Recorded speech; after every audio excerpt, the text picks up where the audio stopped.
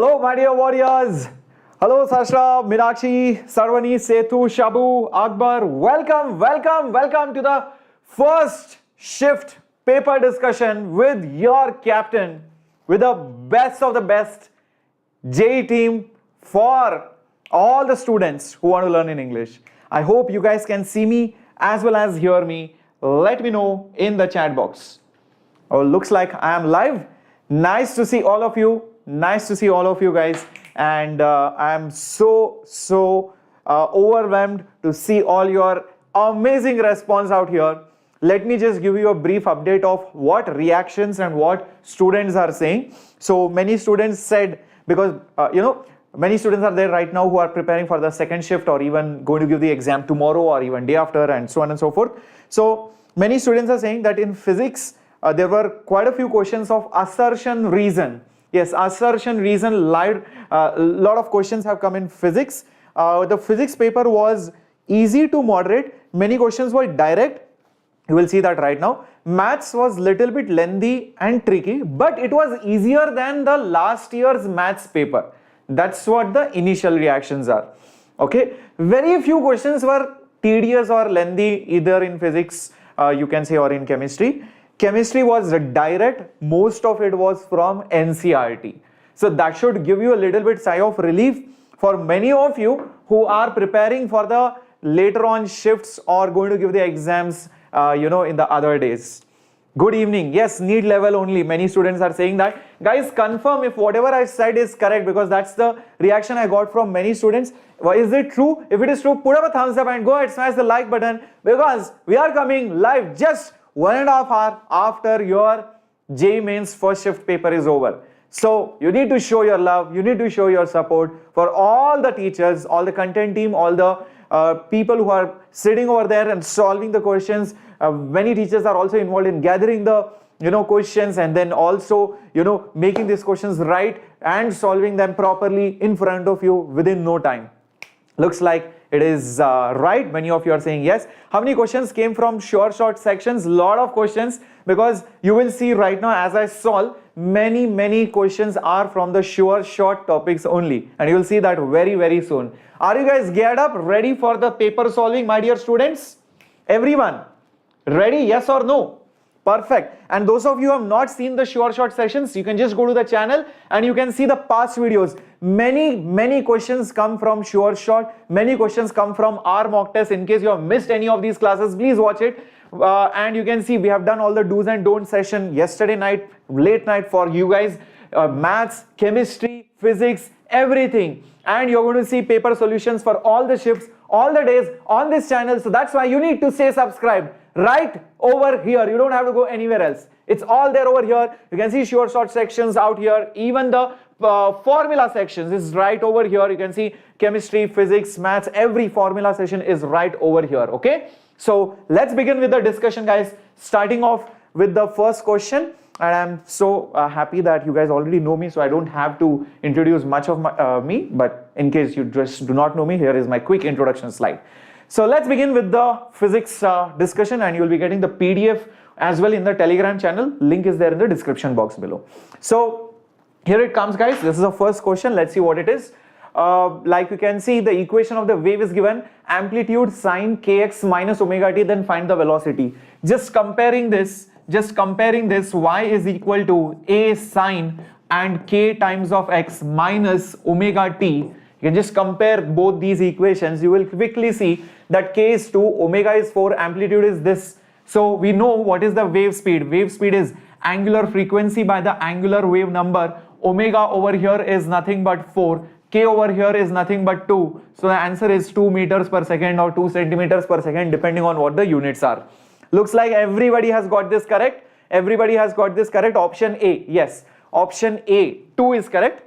Definitely. Very good, guys. Proud of you. 4 marks in your pocket right away, right now. Such an easy question directly from my formula session. If you have just attended my 3 hours formula session, these marks are in your pocket right now. Just 3 hours can give you these 4 marks. And not just these 4 marks, you will see more 4 marks and 4 marks coming on your way as we proceed ahead. Okay, this is also a straightforward question, guys. Let's see, there are two charges Q1 and Q2 separated by some distance placed in a medium of dielectric constant K. If now they are placed in air, then find the equivalent distance with which it will experience the same force. So think of two scenarios. The first scenario, the two charges Q1 and Q2 are separated by some distance, let's say d, and there is some force between them. Okay, now in the second scenario, the distance between them is, let's say, d1.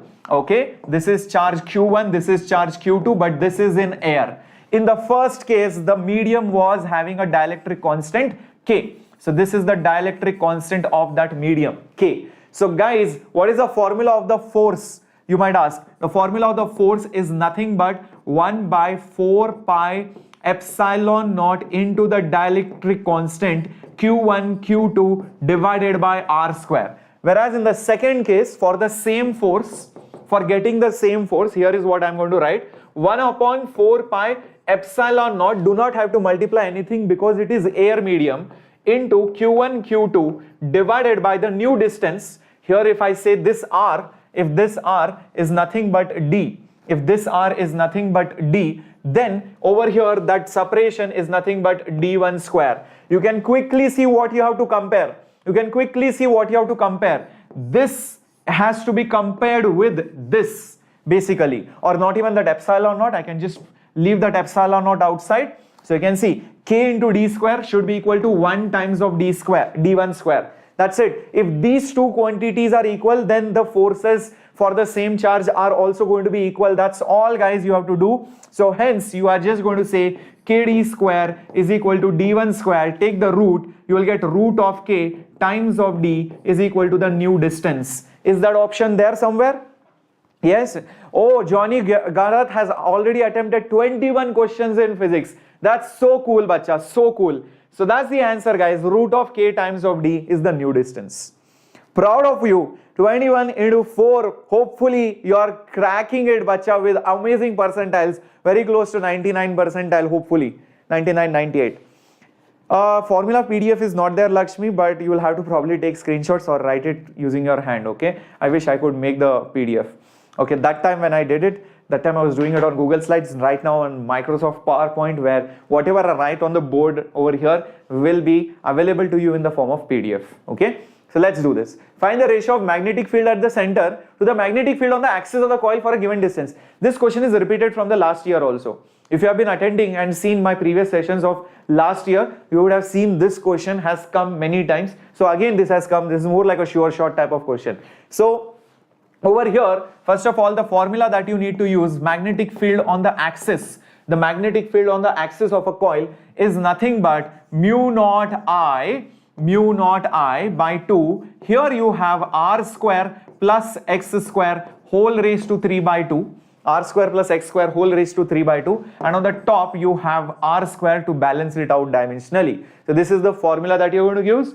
You are going to substitute for the first case X is equal to 0. That is basically when you are at the center.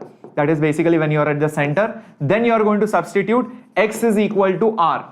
That is when you are on the axis at certain distance. Substitute both these values. You will get the magnetic field at the center in this case and magnetic field on the axis at a distance R. Just take the ratio of these two numbers. Many of you are saying option C. Yes, C for Captain Shreyas. That's the correct answer, guys. Perfecto. So that is all that you need to do. Magnetic field at the center to the magnetic field on the axis of the coil. So just take the ratio. So this magnetic field at the center upon magnetic field on the axis at the distance R. Just do it. Many things will get cancelled. Finally, you should get this as 2 root 2. I'm not solving the entire thing completely. I'm just giving you the idea because we have to discuss many questions. Vaishnavi, yes, you are captain. Right. Perfecto. Awesome. Is that clear? Did you understand the method? Rest of the calculations you will be do? Yes. Show the formula video. Tarak, what's your name? Tarak Madla Nitya. Okay. So Nitya ji, here is the formula session, bacha. See, when you are going to the videos tab, na, if you go to the videos tab, you will see complete formula revision with tricks. For chemistry is also there, for physics also is there. Just watch this, okay? So this is the session that you're going to watch in case you want to revise the formulas, bacha. Let's move on to the next question. Ready for it? Here it comes. This is also a good question. Okay, similar questions can come, Rakesh. Expect very similar pattern questions. In the figure, masses of block A and B are given and everything is ideal and the system is released from rest. So what will happen? B will come down, A will go up, B will come down, A will go up. When B comes down by H, A will go up by some amount, but it is not the maximum height that it reaches. Many of the students did this mistake. They thought as soon as B reaches here, obviously after some time B will reach here and A will go up. How much will A go up? Think logically. Okay, if this pulley comes down, by let's say H amount, if this pulley comes down by let's say H amount, you need a string here, you need a string here. You need string at both these places because the pulley's center has come down by height H as B comes down by height H. Who will provide these strings? Obviously these strings will come from A, so A will have to at least go up. A will obviously have to go up by how much height, guys? It has to go up by a height of 2H, 2 times of H, correct? Everybody with me? So it will have to go by a height of 2 times of H. Very good, Mukesh. Awesome. But that is not the end of the story. That is the brilliant part of this problem. Such a question is also there in H.C. Verma exercise, somewhere in the between if you have solved it in Newton's laws chapter. If you have seen the exercise problems, it's there in H.C. Verma chapter, H.C. Verma book, sorry. So here it would have acquired some velocity. Here it would have acquired some velocity v. And because of this velocity, what will happen is it will not stop here. Understand, when the block reaches here, B block, it stops. There is nothing else that it can do. But after that, the string becomes loose. This block has momentum, so it will continue its journey. It will continue doing free fall till it stops over here. Basically it is going to do a free fall motion under gravity. That's all. But from here to here, it accelerates upwards. From here to here, it is going to accelerate upwards. That acceleration is needed to find the velocity. From that velocity, you can find how much further height will it go. Are you able to visualize this problem? So you'll release the system, it comes down, tuck, it stops, but this guy starts going up, and after that there is nothing pulling it, so the string becomes loose, so the momentum propels it on the top and it free falls under gravity till it stops at the final point. Is that clear? So this is how you have to do. Somebody is saying, sir, this question was not asked. Harshan, how 2H? Basically, just look at this. If this pulley comes down now by H, the block comes down, pulley comes down, you need string here and here. Who will give these two strings? Because you need strings here, right? H and H. Where will it come from? It has to come from here. So this mass goes up, block A goes up by 2H to provide the strings. I hope that is clear. So after this you can solve. So you have to just make equations. That's all, my dear students. I'll just show you in case this question was asked. Even if it was not asked, it is still a good question. Let me tell you that. So the free body diagram will look like this. There will be basically tension over here. This will be mg over here. And this will have acceleration of 2a. Okay, this will have an acceleration of rather 2a, or you can just say this is a. Okay, this is having an acceleration of a.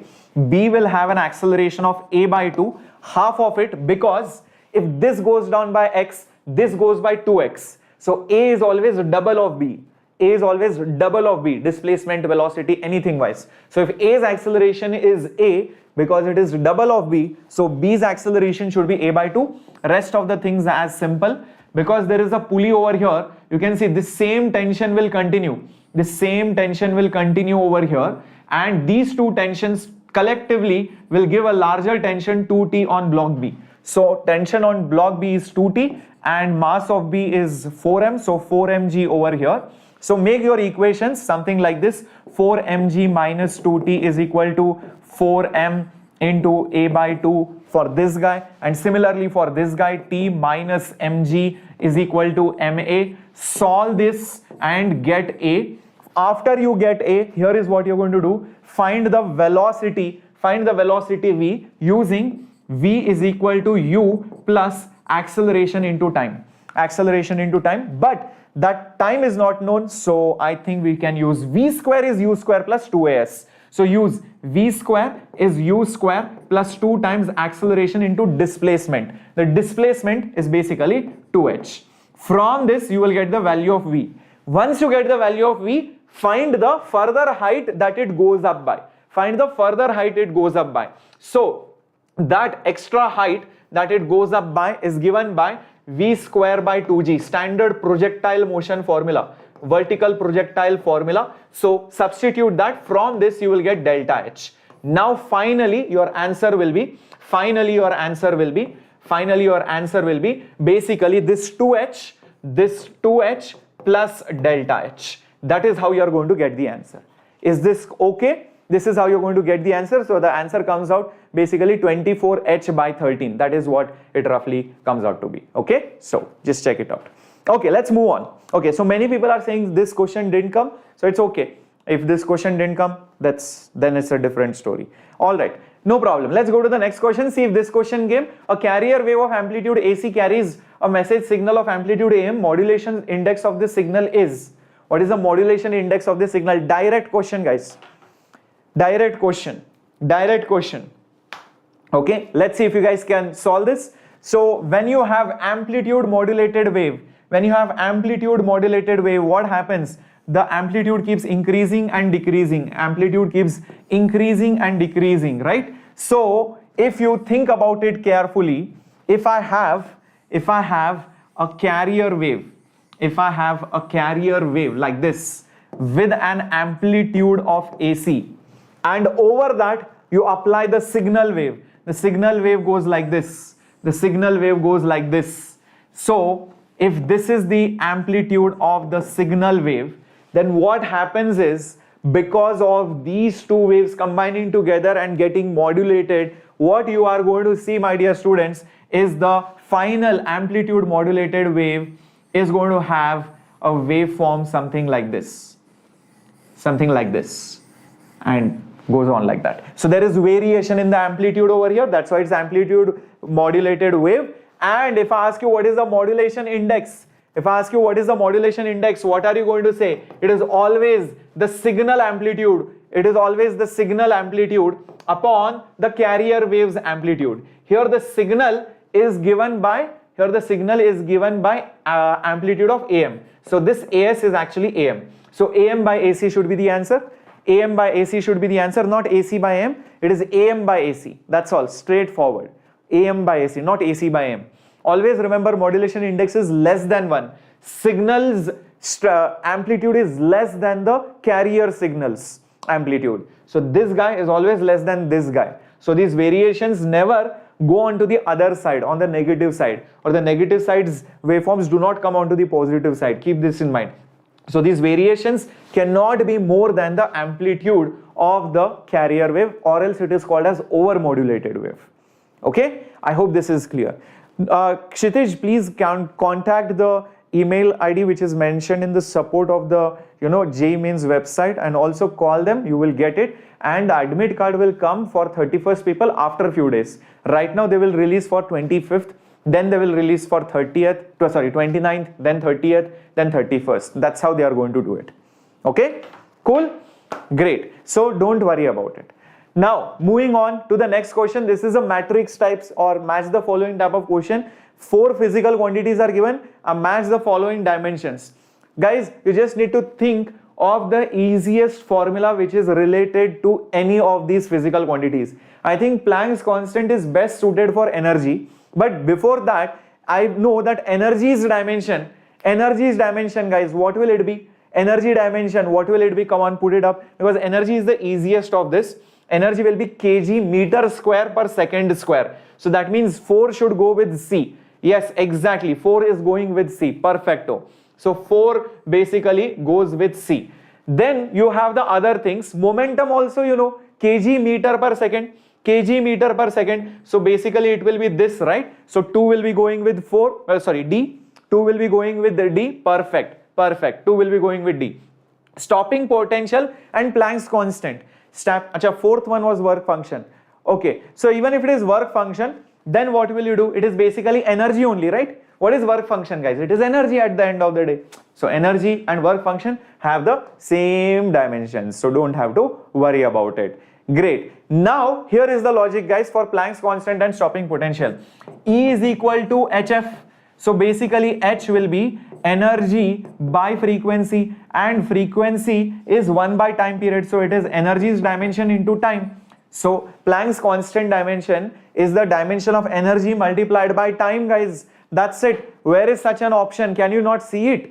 Can you not see it, my dear students? Just multiply the dimension of energy, multiply the dimension of energy with time. So it will become t raised to minus 1. So hence it should be B. Yes, 1 is going with B. Perfecto. You can see that 1 is going with B.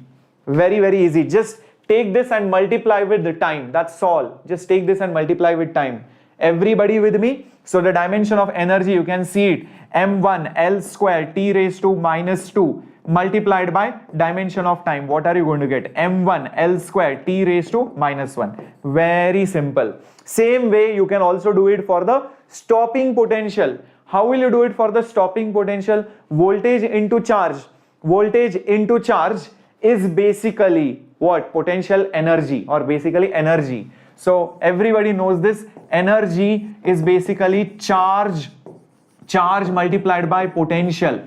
So what you need to do is potential will be energy divided by charge. And what is charge? What is charge? Charge is current into time. So it is basically energy divided by current multiplied by time. That's all. You already know the dimensions of energy. You already know the dimensions of energy. Just divided with current. Current is amperes. And further divided with time. I think you are going to get option A, guys. Just check this out if you are getting option A. Yes, Rakesh, it will definitely help you. Definitely. Very good. So sometimes it can happen that maybe depending on the options, if you just solve it for 2 options also, you automatically are able to figure out what the correct answer should be. So that will be a smart move in the examination. But if you want to solve for everything, that is also okay if you want to be doubly sure. But if you are confident about yourself, then you should just solve 1 or 2 things and you can narrow down on the correct option. Okay, moving on to the next one, guys, coming up on your screen. Yes, will the any question get repeated in the same session? Very unlikely. Pattern might get repeated. In the past few years, patterns get repeated. Like, okay, the same type of question might not exactly come, but okay, magnetic field on the coil was asked at this point, maybe at some other point is asked. So things like that. So what about this, guys? Just draw the free body diagram. I think you will get the answer. Question is, what is the tension in the following case? So you can see that there is mg's component here and there is tension over here. There is tension over here and there is a component of the weight. What is the component of the weight, my dear students? It is 4g sine 60 and it will accelerate this way. Let's say A is the acceleration. Here there is another mass, same string is connected, so the same tension will also be there. The weight's component will be 2g sine 30 and the other component is not so important. If this guy goes down, this guy will definitely go up. This guy will definitely go up. That completes your free body diagram. That completes your free body diagram. Perfecto. So now just write your equations. How will your equations look like? This weight minus the tension is mass into acceleration. So 4g sine 60 minus tension is mass into acceleration. That is one equation. Second equation over there. Look at that. T minus 2g sine 30 is equal to mass into acceleration.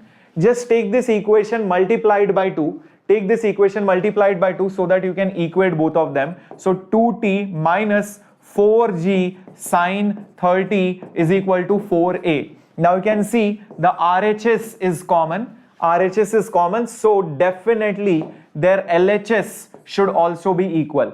So equate their LHS. So 4g sine 60 minus t is equal to 2t minus 4g sine 30. Just equate their LHS. Solve it further for the value of tension. Solve it further for the value of tension. Johnny is saying some answer. Let's see whether you guys are correct. The correct answer is this one, guys. 20 into root 3 plus 1 by root 3. That is what the answer is. Just check it out. If this is the value that you exactly got. Okay, ignore to mark it. Oh my god, that is bad. Okay, so great. Bunny, DJ and Sarvani, we do not yet know what all the questions were because these are all memory based. So once we get the entire paper only, we will be able to tell where were the main questions coming from. Okay, so it's too early to tell because I just have probably 10, 12 questions or 15 questions maybe. Okay, let's go to the next one. For a body, my dear students, this wasn't there in the option. Okay, just check it out. If something else was there, maybe just try to solve it because that's what the team has given. Maybe it could be wrong. In case if something is wrong, do let me know in the comment section later on. I'll definitely correct it. You will get a corrected PDF. For a body projected obliquely to attain maximum range, the maximum height is 163 meters. What is the maximum horizontal range approximately? What is the maximum horizontal range approximately? So guys, if you are saying the answer for the previous one was wrong, maybe the values of the masses were different. So according to those values, that's what the answer the team has got. Okay, so don't worry about it. Let's see how to solve this. First of all, for maximum range, obviously you should project it at 45 degrees. This is the maximum height and this is the maximum range. Okay, what is the maximum height formula? It is nothing but u square sine square theta by 2g. So this will become u square. Sine 45 is 1 by root 2. 1 by root 2 square is half. So divided by 2g. So this will be u square by 4g. So that is what the maximum height is. What about the range, my dear students? The maximum range is for 45 degrees. So u square sine of 2 theta, theta in this case is 45, divided by g. So it will become u square by g into sine of 90 is 1. So just multiply it with 1. So that is basically your range. Now the question is, what is the maximum range? So you can see u square by 4g is height. U square by 4g is basically height. So if you just write over here u square by 4g, if I multiply by 4, equality is still preserved. This term is basically height and this is number 4. So basically it is nothing but 163 into 4, guys. So 16 4s are 64. So close to 650 meters. Yes, close to 650 meters. So that is what the answer will be approximately. Very good. Is this what you got? If you got this, perfect, guys. You got 4 marks in your pocket. Perfecto. See, if this question was also asked, achha, it was 136. Okay, if it was 136, you multiply it by 4 again. Okay, so don't worry. Here we have solved it assuming it was 163. I don't know whether it was 136 or 150 or 170. Basically, it is 4 times of the maximum height. That's all you should know. Okay, cool. Let's do another question, guys. Awesome. Find the correct relation. All the variables have their usual meanings. We all know in electromagnetic waves, the electric field, magnetic field and the velocity of light are mutually perpendicular in the following manner. If you show this as your electric field and if you show this as your magnetic field, which is going inside the plane of the board, something like this, E cross B, electric field cross magnetic field, will give you the direction of the speed of light, which is basically over here. Correct? So this is how it is. All right. So E cross B is going to give you C. Now we also know one more thing. The value of C, the speed of light, is nothing but omega by k. I can see omega and k over here. That's why I'm writing it over here. Okay. So just keep it that side. And also it is nothing but E by B. Omega by k and also E by B. Everybody with me? Awesome. Now how can B be in terms of B? Doesn't make sense, na? This is obviously wrong. Doesn't make sense. How can B be there in terms of B? Doesn't make sense. Okay, so it has to be either this or this or this. Okay, observe now. If speed of light is E by B, can't you say from here, guys, electric field is B times of C. Electric field is B times of C, where C is itself omega by k. C is itself omega by k. So B omega by k should be the electric field. B omega by k should be nothing but the electric field. I can see such an option only over here. Just check this out. Is that correct, guys? Definitely it will be useful, Lakshmi, not for just tomorrow's but for every other exam. Everybody got it? Perfecto. So that's how you're going to get the answer. Yeah, you can also see from the cross rule if everything is perfect. If it is omega by k is this way. So cross B, I think this B should have been first and then this omega by k. I think printing mistake is there over here. So I'm just going to correct it right over here, guys. Just let me remove this. This is not supposed to be this way. Okay, it should have been like this, B cross omega by K. The reason for that is magnetic field is inside, and speed of light is here. So when you do B cross speed of light, then the thumb points in the direction of the electric field. So this is the correct way of looking at it. Is that okay? Everyone with me? Cool. So I'm going to get that corrected in the final slide. Okay, so those were the questions which were there for from the physics side. There are more questions which will be coming up. Okay, I'll be coming up with those questions in some time, but I think chemistry will be happening right now. Let me just check with Wasim sir. Meanwhile, those of you are confident right now, what are you going to do? You are going to enroll yourself into the Eklavya program, which is the JEE Advanced free program from Vedantu. All the top-notch students will be studying in this batch with the best of the best teachers and a very special kind of program with very different assignments, very different test papers, very different way of teaching. And using this program last year, there were more than 2,500 students who got into IITs. Even before that, 2,500 students from Vedantu went into IITs. So guys, do not miss this opportunity to join the Eklavya batch. You can scan the QR code also, and you can also see all the preparations will be done for any other examinations like be it BITSAT or EMSAT or CETs. All these exams will be taken care of. Okay, let me just check with Wasim sir if he's ready. Just hold on. Yes, so I think he will be ready in a bit. Just give me some moment. Let me just call him.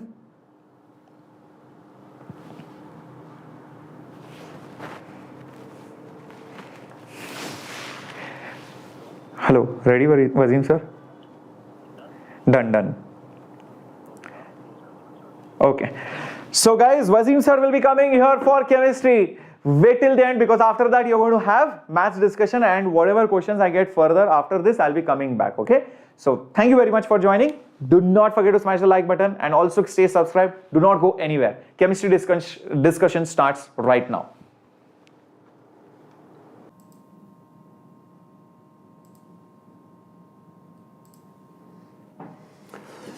Hey guys, welcome back. Am I perfectly audible, visible to you? Let me know quickly in the chats. Quickly people, quickly, everyone in the chats. Am I perfectly audible, visible? Let me know quickly in the chats. And here your chemistry discussion starts, people. Well, the set of the questions which I've got till now, right? I'll be solving these questions with you right now, and later on I'll be getting more questions, and after maybe Shreya sir, I'll be coming back to solve further more questions from your chemistry. Chemistry, it was again, as I told you in the last session, chemistry has always been easy to moderate, and in this session also chemistry was your easy part among all the three, right? Just let me know once in the chats, how did the chemistry section go? Yes? Let me know people in the chats once, how did the chemistry section go? How was it exactly? Let me know quickly in the chats. Let me know quickly in the chats. Was it perfect? I can see majority of the students are coming up with something that the paper was easy. Absolutely, it was easy, right? So people, was this the question asked in your examination? Find the mass percentage of nitrogen in uracil. Was this any question which was asked? Say yes or no, because these are all the memory-based questions which I got from the students. So just for the confirmation, say yes or no, was this the question which was asked? Right?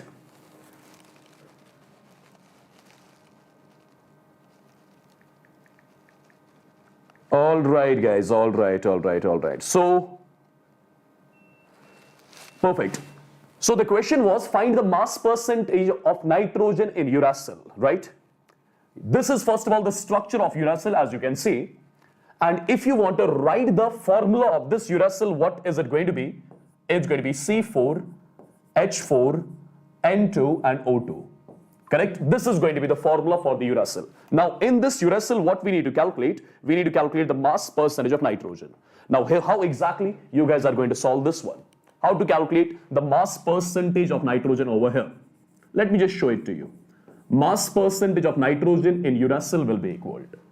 Now people have a look. What is the molar mass of nitrogen? That is 14 grams, right? Perfect. But as you can see, in 1 mole of uracil, I have got 2 moles of nitrogen. In 1 mole of uracil, I have got 2 moles of nitrogen. Mass of 1 mole of nitrogen is 14 grams. So mass of 2 moles of nitrogen will be 28 grams. So 28 divided by. If I ask you what is the molar mass of uracil, just calculate the molar mass of uracil. 4 carbon means 12 into 4, 48, right? 4 hydrogen means 4. 2 nitrogen means 28. 2 oxygen means 32. Just check it out. 8 to 10, 10 4, 14. 14, 8 means 22. 4 to 6, 6 to 8, 8, 3, 11. Right? So its molar mass is 112 grams multiplied by 100. You're just supposed to do a bit of calculation, and from here you will be exactly getting the mass percentage of nitrogen in uracil. Right? Right, people? How many of you got this question right? Let me know once in the chats quickly. How many of you got this question right? I'm just looking at your chats only. Quickly. No, the formula was not given in the question. You basically have to draw the structure of uracil first. From the structure itself, you will get the formula of this uracil, and then you can calculate the mass percentage of nitrogen in uracil. That's all. Yes? Perfect. All right, guys. Let's move on to one more question. Just say, was this the question asked? Was this the question asked directly taken from your NCERT, my dear students? Directly taken from the NCERT. Just say yes or no in the chats if this sort of a question was asked quickly, so that I'll get the confirmation. Yes or no? Yes or no? All right, I can see majority of the students are saying yes, the question was asked. So let's see exactly what the question is, and the question directly is from your NCERT, my dear students. Directly taken from your NCERT. Now, as you can see, the statement number 1, noradrenaline is a neurotransmitter in human beings. Look at this particular statement. Look at this particular statement, my dear students. As it's mentioned here that noradrenaline is one of the neurotransmitters that plays a role in mood change. Perfect. So statement 1 is absolutely correct. Statement 1 is absolutely correct. Look at the statement 2. Its low concentration is not the cause of depression. Its low concentration is not the cause of depression. But people, if you exactly have a look on this particular statement, what it says, if the level of noradrenaline is low for some reason, then the signal sending activity becomes low and the person suffers depression, right? So the actual statement is, if the concentration of this noradrenaline is low, the person suffers depression. But it's mentioned that it is not the cause of depression. It is the cause of depression, right? It's concentration. It is the cause of depression. So statement 2 is absolutely wrong over here. So statement 1 is correct. Statement 2 is incorrect here. Let me know in the chats if it is clear. Let me know in the chats if it's clear. Yes? Quickly, quickly, quickly.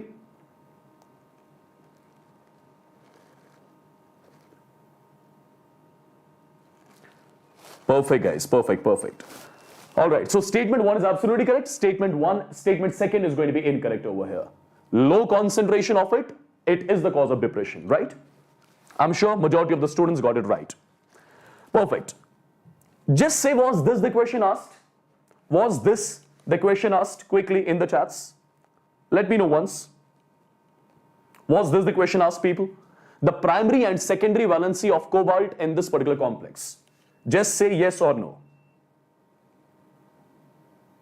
Just say yes or no in the chats.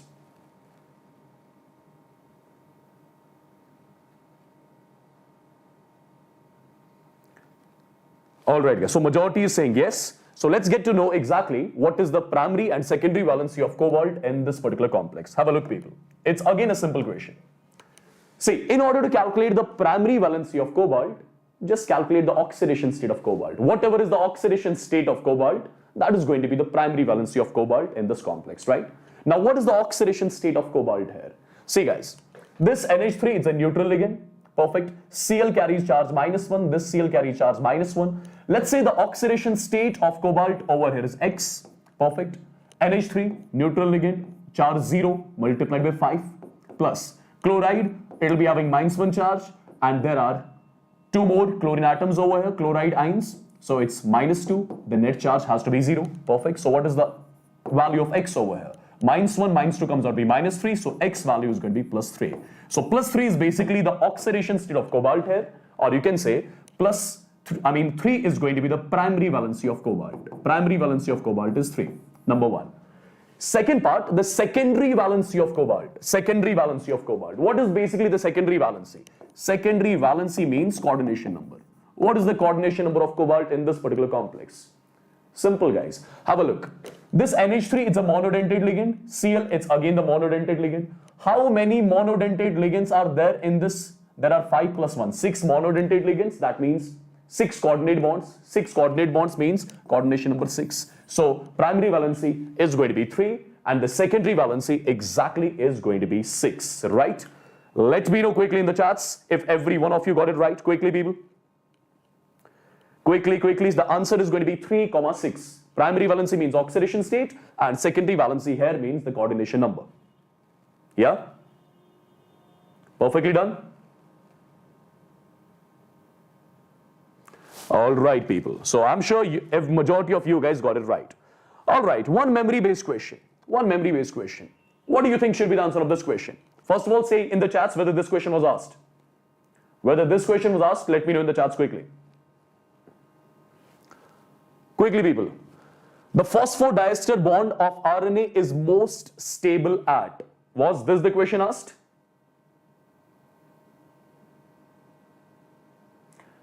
Few people are saying yes, few people are saying no. If the question was by chance asked, it's going to be most stable at the pH of 4 to 5 at 90 degree, right? If this question was asked. If it is not, then I can do nothing about it, right? So maybe this question can be asked, for example, right, in the upcoming sessions. Perfect.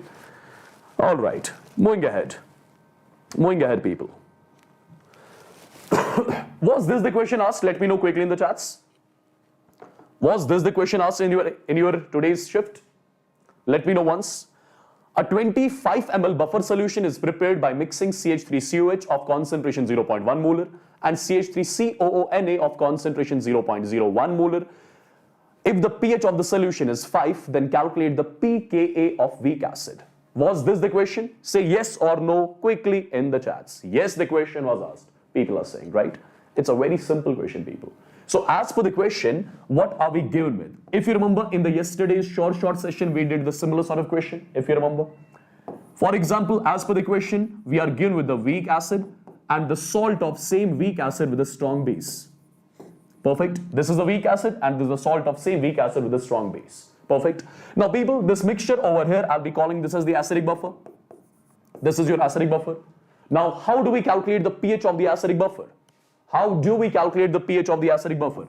pH of the acidic buffer, it has got a simple formula, right? Anderson equation. It's going to be P of Ka plus log of concentration of, I'll say salt or conjugate base divided by acid.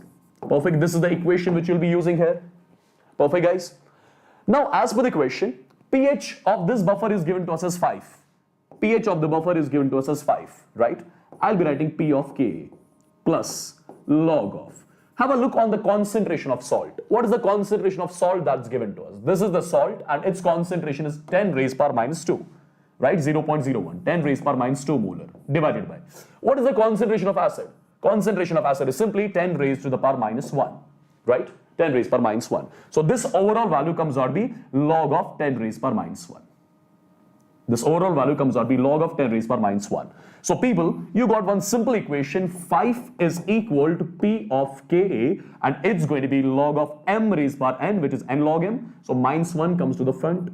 So pKa value will come out to be 5 plus 1, that is 6. Isn't it the simplest question among all if you just remember the formula? Isn't it the simplest question among all if you just remember the formula? Say yes or no. The answer of this particular question is supposed to be 6. Just the Henderson equation you were supposed to use. All the parameters were given to you. You were just supposed to get the value of P of Ka. Say, let me know in the chats if all of you got it right. Someone is saying, sir, the screen is blurred. Just change the quality of a video. Maybe you're watching at 120, 130p, right? Perfect, guys? Wonderful. I mean, this was one simple question asked from the physical chemistry part. All right, quickly. Let me know in the chats whether this question was asked. Quickly, people, quickly. Say yes or no. Was this the question asked? Sir, can these questions repeat? Well, these questions, there is a very, very less probability of these questions to get repeated in the upcoming shift, but the type of the question, the pattern of the question will be the same in the upcoming examinations as well, in the upcoming shifts as well. The questions won't be repeated, but the pattern of the question will be repeated. Yeah? All right, look at this question. Magnetic moment is given to us as 3.87. Do you remember in the short session, we discussed one similar sort of question? Perfect. Magnetic moment is given to us as 3.87 Bohr magnetron. You need to see which ion exactly will have the magnetic moment of 3.87 Bohr magnetrons, right? Now people have a look. Just remember, how do we calculate the magnetic moment? Its result is under root of n into n plus 2. So basically root of n into n plus 2 is given to me as 3.87. This is a formula by means of which you calculate the magnetic moment. It's given to me as 3.87. Now when can be left hand side equal to right hand side? When it's possible? When is it possible? Let me know. Let me know quickly. When is it possible? For example, if you put the value of n as 3, if I put the value of n as 3, so this is 3 plus 2, 5, 5 3s are 15, root of 15 will be approximately 3.87, right? So if n is equal to 3, n is equal to 3 means the number of unpaired electrons, right? So that means that species among the 4 which will be having 3 unpaired electrons will have the magnetic moment of 3.87. Now you tell me in the chats which of the following species will have 3 unpaired electrons. Quickly, let me know. Someone is saying Mn di-positive. How come it's going to be Mn di-positive? If you remember the outermost configuration of manganese, it is 3d5, 4s2. But it's manganese di-positive, so take 2 electrons out. So there are 5 unpaired electrons. What is our question? We should have 3 unpaired electrons, right? Scandium, titanium, vanadium. Vanadium outermost configuration 3d3, 4s2. But there is di-positive. Di-positive means take 2 electrons out. There are 3 unpaired electrons here in case of vanadium di-positive. So vanadium di-positive is going to be the one which will be having the magnetic moment of 3.87 Bohr magnetrons. Yes, people? Simple. How many of you got it right? Quickly. Pranati, just change the quality of your video. Maybe you're watching at 323 something, right? Just improvise the quality of the video. It'll be fine. Perfect. This was one more question, people. Now. Was this the question asked? Let me know once in the chats quickly. Was this the question asked? Number of unpaired electrons, and the number of electrons in EG of COCl4 di-negative. COCl4 di-negative. Was this the question asked? Say yes or no in the chats. Say yes or no, quickly. Yes, Harshan, these are the today's session questions. All right, majority is saying yes, the question was asked. Let's see exactly how this sort of a question is to be solved. Have a look, people. First of all, the coordination number 4. Which complex is it? It's tetrahedral complex, basically. It's tetrahedral complex. How exactly? Have a look. First of all, calculate the oxidation state of cobalt here. It's going to be +2. So cobalt di-positive outermost configuration, if I ask you. Iron, cobalt, 3d7, 4s2. Take 2 electrons out. It is 3d7 configuration. It is 3d7, 4s0, 4p0. This is the configuration, right? Now, people, this 3d7 configuration, how exactly you are going to write it? This is 1, 2, 3, 4, 5, 6, 7. This is 4s carrying 0, 4p carrying 0, correct? Now, this Cl negative, this chloride, is it a strong field ligand or weak field ligand? It's absolutely the weak field ligand. It's not going to cause any sort of pairing. No pairing is going to happen, right? Now, people, have a look over here. If I ask you, first of all, what is the hybridization over here? What is the hybridization over here? What is going to be the hybridization? Coordination number is 4. So the central metal ion, it has to arrange 4 vacant orbitals for hybridization. So hybridization is going to be sp3. It's sp3. If I ask you how many total unpaired electrons are there? There are 3 unpaired electrons. There are 3 unpaired electrons in total. Now the question says the number of electrons in EG set. The number of electrons in EG set. What is going to be the configuration? Since it's a weak field ligand, splitting will be less. So the configuration is going to be EG4 and T2G3.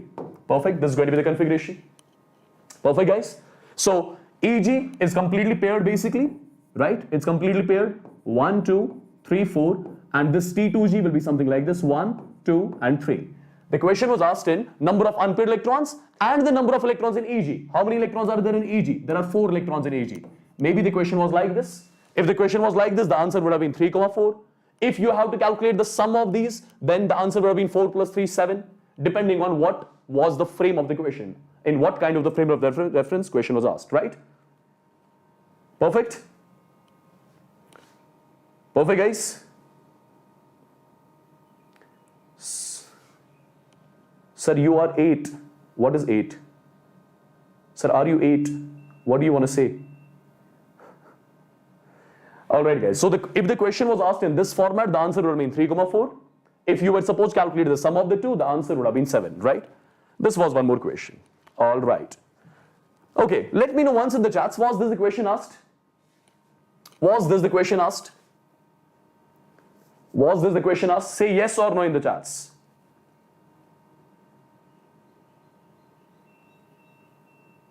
Quickly.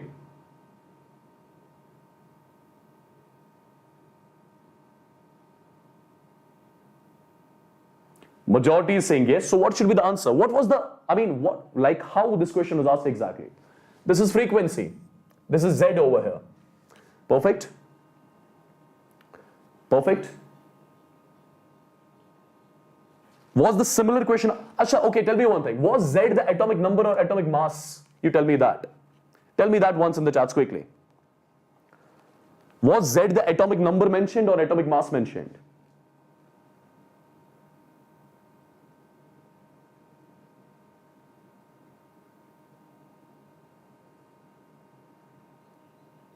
Quickly, guys.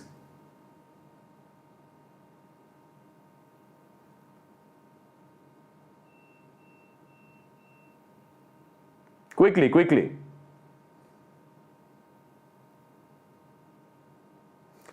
See, if the question was from Moseley's law, then you know under root of V is directly proportional to Z basically, right? If the question was from Moseley's law, then you know root of V is directly proportional to Z. Perfect.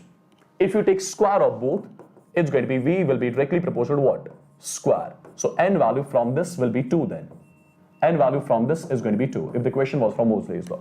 Perfect? Yes? But if the question was from atomic structure, how do we calculate frequency? How do we calculate frequency? Okay, time period. Time period of the electron in the nth orbit is directly proportional to n cube upon z square. Right? N cube upon z square. So frequency is inverse of time period. It's going to be z square upon n cube. Right? Do you remember this equation? Again, here it is. Frequency and atomic number. Right? They are directly proportional and the power here is 2.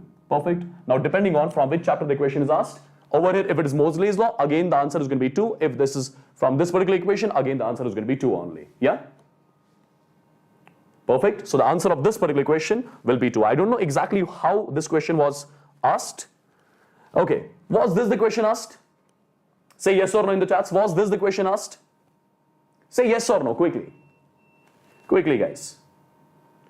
Say yes or no in the chats. Was this the question asked, people? It's a very simple and basic question, right? Directly copied from NCERT. And I've been telling you many a times, right? These sort of questions, they do come. Yes? The question is done and dusted itself, right? The question is from basically these 4 paragraphs over here. These are the 4 paragraphs directly taken from your NCERT, right? From these 4 paragraphs only the question have been asked. And it's a very simple question, right? This you will be attaching with 4, right? Zone refining, it's for this one. Blast furnace is for pig iron and electrolytic cell will be for aluminum over here. So this you are going to attach with 4, this you are going to attach with 1, this is 2, this is 3. Complete memory based question, nothing to do with this, and complete NCERT based question. Perfect? A complete NCERT based question. Alright, tell me one more thing. Was this the question asked? Say yes or no quickly in the chats. Say yes or no quickly in the chats. Was this the question asked? Which can reduce AgNO3? AgNO3, you know, it's a good oxidizing agent basically. It's a good oxidizing agent. It's a good oxidizing agent. So which can reduce this oxidizing agent? Was this asked? Yes. Which can reduce it? Which can reduce it? the one which is going to behave like the reducing agent is going to reduce it, right? The one among the four which is going to behave like the reducing agent is going to reduce it, because reducing agent does what? Reducing agent reduces others, itself undergoes oxidation. Reducing agent reduces others, itself undergoes oxidation. Now have a look. If you calculate the oxidation of phosphorus here, it's +5. Here it will be +5. Here it will be +3. Right? Here it's going to be again +5. Perfect? Right, people? Yes? So have a look over here, the oxidation state of phosphorus is +3. Reducing agent is the one which reduces others, itself undergoes oxidation. Oxidation means increase in the oxidation state. So this phosphorus can increase its oxidation state, whereas all the other phosphorus atoms, these are already present in their maximum oxidation states, right? This is not present in its maximum oxidation state. It can further increase its oxidation state. So it can undergo oxidation. It can behave like the reducing agent. So that's what you had to check, correct? That's what you have to check. Which of the following? I mean, which can reduce AgNO3? It is the oxidizing agent. So the one which is going to behave like the reducing agent is going to reduce this AgNO3. As simple as that. Yes, as simple as that. Perfect, guys? Okay, one more question. Directly. Direct question, guys. Direct question. Just the convergence. Was this the question asked? Was this the question asked? Quickly. Quickly, people. Yes?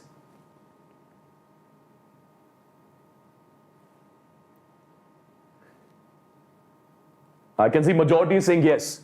So in the first reaction, this is going to be SN1 and this is going to be SN2. Perfect. So what is going to happen over here?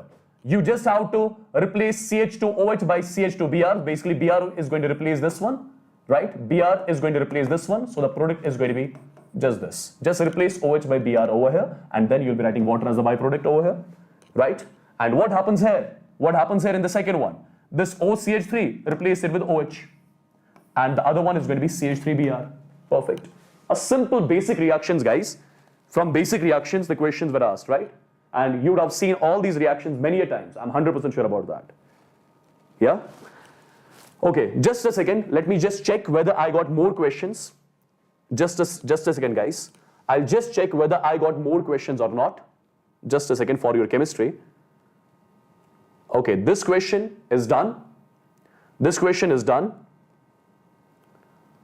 All right, this question is also done. Buffer question is also done. Magnetic moment is also done. EG question is also done. This blast furnace question is also done. This one is also done. Right?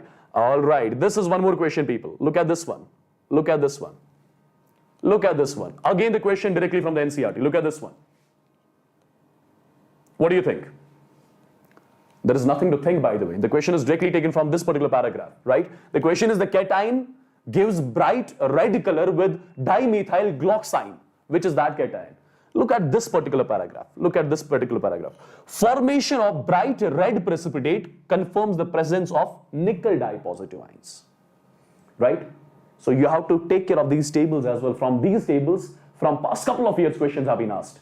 Right? So it is basically the formation of the bright red precipitate that confirms the presence of nickel dye-positive ion, right? So it's option B, which is supposed to be the correct answer of this particular question, right? Again, a simple question this was. Perfect. The answer of this question is going to be option B. Let me see if we have more questions or not. Yes, one more question. People, one more question. Look at this one. What do you think? What do you think? Quickly. Statement 1 is saying the freezing point of the solution decreases. The freezing point of the solution decreases with the decrease in amount. What? Simple, depression in freezing point. What happens basically? When you put a non-volatile solute into a volatile solvent, freezing point decreases. But the statement 1 is saying the freezing point of the solution decreases with the decrease in the amount of non-volatile solute. Is that right? No way. This one is incorrect. The first statement is incorrect. The freezing point of the solution decreases when a non-volatile solute is added, when you increase the amount of non-volatile solute, right? Perfect. Okay. Freezing point of the solution is less than that of freezing point of solvent. Absolutely. Right? When you have got a volatile liquid, you are putting a non-volatile solute into it, the freezing point of the solution decreases. And that decrease in the freezing point is something which you call as depression in freezing point. I hope you remember. I hope you remember, right? Perfect, guys? Perfect. Is it done?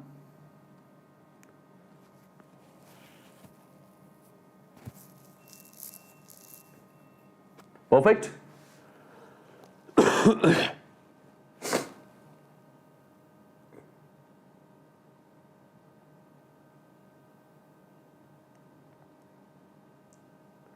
Perfectly done, guys. Let me see a few more questions. Let's see if I got more questions.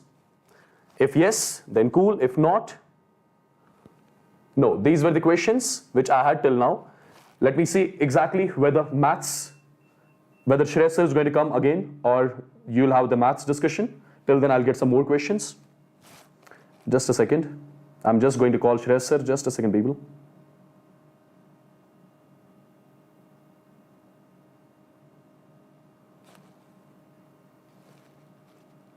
Just a second. Shreya sir will be joining or the maths teacher will be joining. Perfect. And after that, I'll come back again.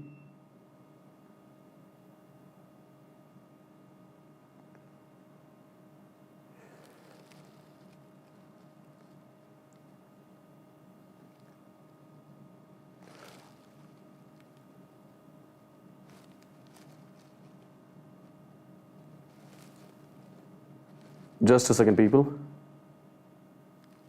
Let me just call up Shreya sir. Yes.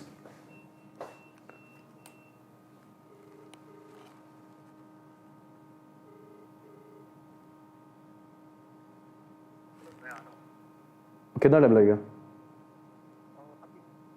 I'm done. Okay, guys, it's going to be Shreya sir who will be solving further some 10 to 12 questions more of physics. And after that, I'll come again and solve with you the other questions of your chemistry, which I did not see yet, basically, which we did not get yet. Okay? Perfect.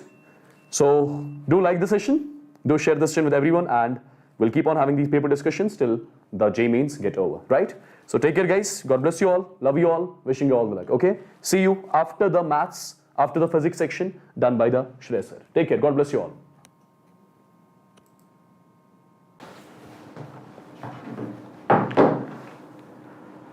Hello guys, can you see me and hear me? Do let me know in the chat box.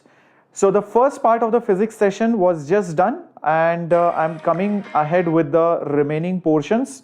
See if I'm audible and visible. Yes? Awesome. Perfect. So those of you who missed the first part, don't worry. See, I have discussed all the previous questions. It's out here. Don't worry, you're not going to lose out those questions. Number two, you might not be able to see chemistry's discussion right now because that's how YouTube will work. When multiple people are taking the sessions in different places, like Wasim sir is in Kashmir, I'm in Bangalore, right? So different places. So after the entire video is over, you will get the entire session, okay, intact as it is. So don't get scared if you do not see Wasim sir or mine session after maths and stuff like that. Is that okay? So Pritesh, if you want the easy chapters, just check my session where in 7 minutes I have told all the high weightage topics. I've just mentioned all the important high weightage topics which will give you short marks in your JEE mains physics paper. Just watch it. It's there in the videos tab. Let's start with this question, my dear students. Here it comes. Yes, you'll be getting the PDF. Don't worry. After the session is over, you will get the PDF by the end of the day. Now look at this. A force is acting on a spring. Length is given. Area of cross section is given. Young's modulus for the material of the spring is 10 to the power 10. I think this has to be refreshed. Just one second. Just let me refresh this one more time. Okay. Yeah, I think now it is. Oh, still it is not updated. Anyways, okay. Then the extension in the spring in Newton meter is how much? Okay. So what you need to understand over here is you have a spring-like object whose length is given to be 100 meters. This is the length. You need to find how much is the extension. Let's say it is x. The force acting is also given. Which is 250 Newton. The Young's modulus is given. And that's it. I think the area is also needed and that is also given somewhere. Where is the area given? The area of the cross section is this one.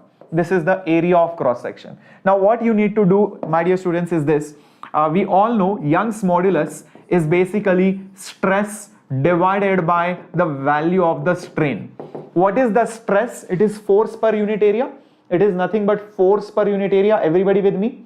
Perfect. It is nothing but the force per unit area. So F divided by F divided by A, and strain is extension divided by original length, change in length upon original length. So bring this X on the top, send Y below. So X goes on the top, Y comes below, so F by A as it is, and here you have Y divided by L. Further rearranging it, it will become F divided by A, L goes on the top and Y stays below. Now you know all the values. F force is 250 Newton, length is 100 meter, area of cross section is 6.25 10 to the power minus 4, Young's modulus is 10 to the power 10. This is not 1010, this is 10 to the power 10. So 10 to the power 10 Newton per meter square. Substitute it and see if you get the answer as 4. See if you get the answer as 4. Was it there, guys? Check it out. Was the answer coming out to be 4 millimeters for all of you for this particular question? Any questions will be repeated. There are chances that the similar nature of question will come.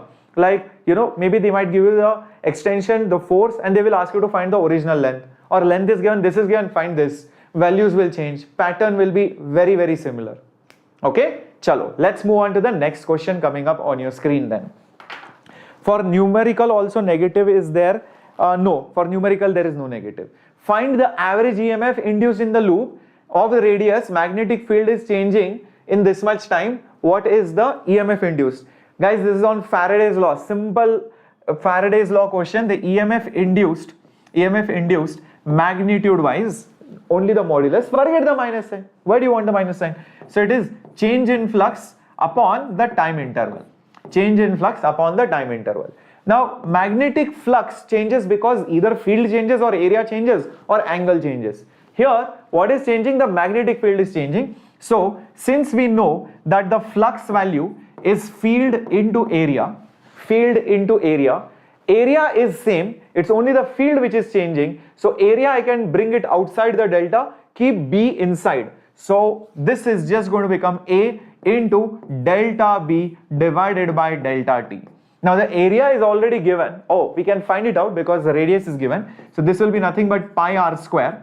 And here, change in the flux, basically it will be B2 minus B1 or B1 minus B2, bigger minus smaller number upon that time interval. Just substitute everything. The radius is how much? 10 by root pi centimeter. So 0.1. So 0.1 by root pi whole square. So that will be in meter square, and B2 minus B1, that is 0.5 minus 0. So 0.5 minus 0. Time interval is given to be again 0.5. It is again given to be 0.5. 0.5 cancels. Pi and pi will also cancel, guys. Just check it out. If you are getting 0.01 volt, this will come out as 0.01 volts, which is 10 millivolts, which is option B. Very nice if you have got it. How many of you have got this? How many of you got this? 4 marks. Yep. So Harshan King, even if you put 0 minus 0.5 doesn't matter. Even if you put 0 minus 0.5 doesn't matter. I just wanted the modulus value, na? I just wanted the modulus value. That's all. So that's why I'm going to take plus value. Okay. So a lot of you are going to be like, sir, 0 minus 0.5. I got negative answer, sir. Sir, what about that minus sign? Here only the magnitude is asked. So just worry about the magnitude. Okay, very good, very good. Clear? Understood? Perfect. Moving on to the next question. Okay, let's see. Yes, Aruna, I don't know whether you have seen, we are doing paper discussion for every session, bacha. Today morning, tomorrow morning, today afternoon, next afternoon, every day. So don't worry, we are not going anywhere. We are a JEE channel, okay? So we have to take care of the JEE students. So we are there with you. So don't worry, the paper discussion will happen. Okay, cool. So let's move on to the next question. Assuming the mass of the neutron, proton and R0 is given, find the density of the nucleus. My dear students, this is basically such a straightforward question. We have done this type of question back in the theory only. Live stopped, is it? Please don't tell me that my session is not working. Guys, can you hear me?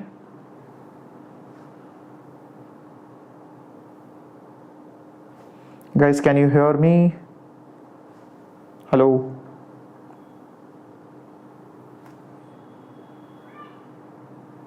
It's clear? Okay, perfect. Okay, now clear. Okay, fine. Okay, now this question to find the density of the nucleus, the density of the nucleus is the mass of the nucleus upon the volume of the nucleus.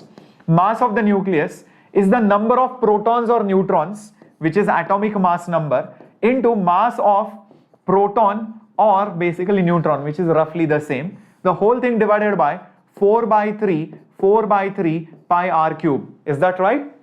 Okay, now when you substitute, this is A into mass of the proton or the neutron upon 4 by 3 pi, radius is A raised to 1 by 3 into r naught. So when you cube it, when you cube this, what are you going to get? You are going to get r naught cube. A raised to 1 by 3 whole cube is just going to be A. Is just going to be A, correct? So now just have to cancel out this A and this A. So that is going to give you the density of the nucleus. Once you get the density of the nucleus, the last part says density of the nucleus upon density of water, basically specific gravity. So density of the nucleus upon density of water. What are you going to do? First, nucleus density, just substitute. Mass of the proton or neutron 1.67 into 10 to the power minus 27. The whole thing divided by this thing 4 by 3 pi into r naught's cube. So it is basically 1.5 into 10 to the power minus 15 whole cube. So that is the numerator, divided by density of water is 10 to the power 3. Density of water is 10 to the power 3. Just divide both of them and you should get the answer. Check it out if it is option A, 1.18 into 10 to the power 14. 1.18 into 10 to the power 14. Everybody? Sir, is that mass of proton not? Yes, this is, oops, oh my god. It came out in a wrong way. I'm so sorry, guys. This is supposed to be P or N. P or N. I'm so sorry. My bad. Didn't mean it that way, but I'm pretty sure you got it. Anyways, let's move on to the next one. A sphere has diameter D and thermal expansion coefficient alpha. Find the change in volume. Find the change in volume if the temperature is increased by delta theta. Let's try to do this. Okay, so here is what you need to do. Sphere's diameter is going to change the moment you basically supply heat. So this is, let's say, the diameter. Okay, and coefficient of expansion is given. Find the volume if the temperature is increased by delta theta. What is the volume of a sphere? It is 4 by 3 pi radius cube, 4 by 3 pi r cube. Okay, so what will happen? This will become 4 by 3 pi. Instead of radius, I can write it in terms of diameter. I can write it in terms of basically diameter. All right, so how do I write it in terms of diameter, you might say? Look at this. I can just write it as diameter divided by 2 whole cube. Everybody with me? So this is just going to be 4 pi by 3 times of 2 cube is basically 8 into d cube. So that is going to be the volume. In general, this 4 and this 8 will cancel. So it will become basically pi by 6 d cube. Pi by 6 d cube is basically the volume. Now once I get this, what is the next step going to be? What is the next step going to be? Think. The question says find the change in the volume. Find the change in the volume. So my dear students, the change in the volume relatively, using the knowledge of errors, delta V by V will be nothing but 3 times delta D by D. Isn't that right? Using the knowledge of errors, the power of D is 3, so that becomes the multiplying factor of the relative error. That's all. Now you just do the remaining math. So delta V will be 3 times V divided by D into delta D. Now this thing over here, what you do, delta D is nothing but original length or original diameter into alpha into delta theta. This D and this D will cancel. Substitute V over here and multiply it with alpha and delta theta. Just check which is the correct option which is matching. Option B, is that right, everyone? Just substitute over here, pi d cube divided by 6. Instead of volume, you're going to substitute this. So 3 and 6 cancels, it becomes half. So that's it. Pi is also there and d cube is also there and alpha is there and delta theta is there. Is that okay, my dear students? Everybody clear about this? Perfecto. Beautiful question. Errors is there. Combination of errors is there. You also have thermal expansion concept. So the diameter will be a direct change in the diameter will be a direct function of the original diameter, coefficient of linear expansion, and the temperature increase. Let's see the next question. Let's see the next question. Arvind, just increase your clarity in your setting. By default, YouTube will lower your resolution to optimize on speed. So make sure you go to advanced setting and choose at least 480. Recommended is 720p. Now in this case, you can see the sphere is at some distance from the axis, and the question is, what is the radius of gyration? We all know about the central axis. When it rotates, the moment of inertia is 2 by 5 mr square. But you shift it by some distance, which is 10 centimeters. So the new moment of inertia will be md square plus 2 by 5 mr square. Which theorem is this? This is parallel axis theorem. If you have attended my class yesterday, I have clearly told expect a question on parallel axis, perpendicular axis theorem, and that is exactly what has happened over here. So what is the next part over here? This I can take m common and I can put d square plus 2 by 5 r square. This moment of inertia I can write it as mass times the radius of gyration square. Mass times radius of gyration square. Mass gets cancelled. So from this I will get the radius of gyrations square. So k will be basically the root of this thing. So d square plus 2 by 5 r square. Now you just need to substitute all the values over here. So that's how you're going to get the answer. Distance is 10. So 10 square plus 2 by 5 into radius. The radius is 5 centimeter. So basically 5 square, guys. So 5 and 5 cancels, 2 5s are 10, 110, root 110, root 110, perfect, makes sense, root 110. C for Captain Shreyas, perfect, C again, very good, very good. Santosh, no bacha, it can't be like that because for other students it is perfectly fine. So board is perfectly fine, it's just that you have to change the resolution, okay. So when you're watching the videos now over here, it will be seen probably, let me show you. Okay, so as you're watching this video, just click on this settings button, just choose over here, okay, just choose over here, the highest of the quality, okay. So, and make sure that you're on live, that's all, that's how you're going to get the best of the best quality. Is that okay, bacha? Let's move on to the next one coming up on your screen. Correct relation between the Brewster's angle and the refractive index. See if this question was asked. So Brewster's angle, what is that angle? That is the angle of incidence for which the reflected light becomes polarized. Reflected light becomes polarized if this is unpolarized light which is falling onto it. And the remaining part gets refracted. Refracted is nothing, it is still unpolarized only. So this is the refracted light. Also the polarized light which is reflected and the refracted light, both are perpendicular to each other. Is that right, my dear students? Yes? Do you remember this? So what is the final answer? Everybody should shout and tell me. Everybody should shout and tell me. C for Captain Shreya. See, Aishwarya is also putting a heart. Guys, where is the heart here? Come on, where is your love? Why so stingy in putting a heart? Why so stingy in putting smashing a like button? Okay, yeah, option C, perfect. So basically it is nothing but this formula. Let's go back. Yeah, so tan of angle of incidence is basically your refractive index. So I will be tan inverse of that. So that is the answer. Perfect. Now I can see some warmth and love within you. Thank you so much. Next question on current electricity, guaranteed topic. I had told you in my sure shot sessions also, expect a question in current electricity, not just one, but maybe even two questions might have come, maybe directly or indirectly. Question is, find the ratio of the current through this and this, or find the value of the current in this and this. So to do that, first simply draw the equivalent circuit.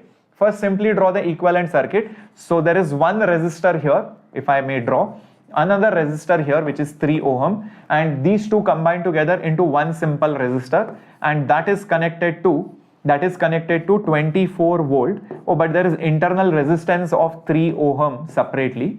Now these two are in parallel, right? These two are in parallel. So when they are in parallel, what is their equivalent combination going to be? 1 by 2 plus 1 by 2 is 1, so it is just going to be 1. So I think this is just 1 ohm. What about the other thing, guys, over here? These two are also in parallel. These two are also in parallel. So what is going to happen? So 1 by 2, or 20 into 5, basically 20 into 5, 20 into 5 divided by 20 plus 5, R1 R2 upon R1 plus R2, 100 by 25, that is basically equal to 4 ohms. That is basically equal to 4 ohms. 4 plus 3 plus 1 is 8, 8 plus 3 is 11. So check this out. If you get the equivalent resistance as 11 ohm and there is a battery of 24 volt. So obviously now some current is going to flow. That current will be voltage by the total resistance. Voltage is 24 and resistance is 11. So 24 by 11 amperes. 24 by 11 amperes. Everyone with me? Today's paper is easy, right? This is how the papers are going to be. So physics has to be very, very scoring for all of you. You should score at least, I'm saying 70 to 80 marks at least in physics. Easily. Easily. Okay. Yes, Manisha, what do you want me to respond? Okay. Observe now. Now the next thing that you need to realize is that this same current will also flow through this and this resistor. All the three resistors in series. So same current will flow. Same current will flow. So if the same current flows here, here and here, what will happen once it reaches here? It will get distributed into two branches. One branch over here, I4, and one branch over here, I5. We all know the voltage difference is same. Voltage difference across 4 is equal to voltage difference across 5 because they are in parallel. So that means I4 into R4, whatever it is, should be equal to I5 into R5, right? So what is I4? I don't know. What is R4? I think I know it is 20. I5, what is I5, guys? I5 is, oh, I don't know that. And what is R5? R5 is basically 5 ohms. So from this, 5 goes with 24 times. So I5 is basically 4 times of I4. I5 is basically 4 times of I4. Next thing, I know I4 plus I5 because these two currents are coming from here. So they are branching out. So use Kirchhoff's current law. I4 plus I5 will be basically I. This is using Kirchhoff's current law. I5 is 4 times I4. I5 is nothing but 4 times of I4. That is equal to I. So 4 plus 1 is 5. So 5 I4 is equal to I. So 5 times I4 is equal to 24. 24 by 11. So I4 will be 24 by 55 amperes. Similarly, you can find I5 also. Just check I4 is 24 by 55. Yes, correct. 24 by 55 amperes. Similarly, you can also find I5. I5 is 4 times of 24 by 55, which is going to make it 96 by 55 amperes. So that is the value of I5. Is that okay? So just check it out. 96 by 55 amperes. Everyone? Perfect. So R equivalent was 12, is it? Achha, I don't know. This is the values that I got. I don't know whether this was 3 ohms or 4 ohms. So as per these values, this is the answer. But if these values are different, you know what to do. Everybody agrees? Everybody agrees? Yes, these questions pattern will repeat. Question patterns will repeat. Definitely. Why internal resistance? Because it is given. I don't know whether it was actually given in the exam paper. These are memory based questions. So if the internal resistance was given, then you use 3 ohms. If it was not given, then you ignore that accordingly. Make sense? Everyone? Great. Awesome. Awesome. So you will be having now Gautam sir, Munir Gautam sir, who will be coming soon. Let me just check with him and find out.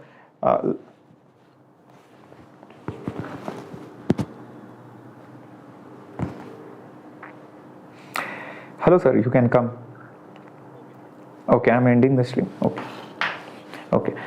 So guys, Gautam sir will be coming for maths. I hope you enjoyed the physics discussion. Stay tuned till the end. I'll be seeing you in the evening, basically the night shift as well, where I'll be discussing the second shift questions as well. Okay, so stay tuned. Do not go anywhere. We'll be seeing you right away. Bye bye. This is Captain Shreyas and I'm signing off. Keep loving, keep working hard, and make sure that you hit the subscribe button as well as the like button. Bye bye guys. Have a great time. Hello guys, how are you? I hope I'm audible for everyone out there. So how was your paper, guys? how was your paper? Easy. Mathematics, how did everyone do? Yes, perfect.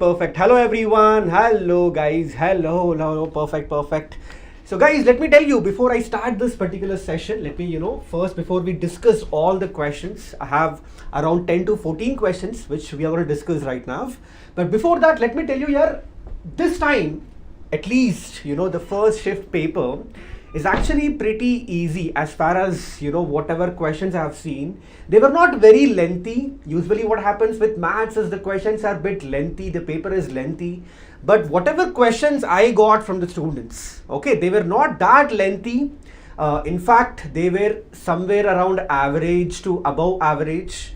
There were few questions were dead easy questions, literally dead easy peasy questions. So I hope guys, you guys have done a great job. How was your paper, everyone? I hope everyone has done great. Okay, so let us start discussing the questions. You can check your options, guys, cross check, verify whether you have got the right answer or not. And let me start the session, and you can clearly see, guys, this is the first question for you. Well, if you observe the first question, dead easy question. Literally, any student who has done NCERT questions from definite integral also can attempt this question. Nothing critical, nothing difficult, nothing complicated in this question. If you observe this one, guys, well, let me take this to be I, which is integration 0 to pi by 2 sine raised to 2023, okay, x whole divided by sine raised to 2023 x plus cos raised to 2023, and you have an x here, and this is going to be dx. Now we already know this property from definite integrals, right? You should already know this property, and that is integration 0 to a f of x dx is simply nothing but integration 0 to a f of a minus x into dx. Yes or no? Simply apply this property, students. What are you going to get? In fact, for this type of questions, we already have a result. If you remember, I is equal to integration 0 to pi by 2 sine raised to nx divided by sine raised to nx plus cos raised to nx dx. The result of this is simply going to become pi by 4. Now just substitute this value here. So what am I going to get here, guys? 8 by pi into pi by 4, and the right answer for this question should be 2. You got the answer, guys? 2. Perfect. Very good.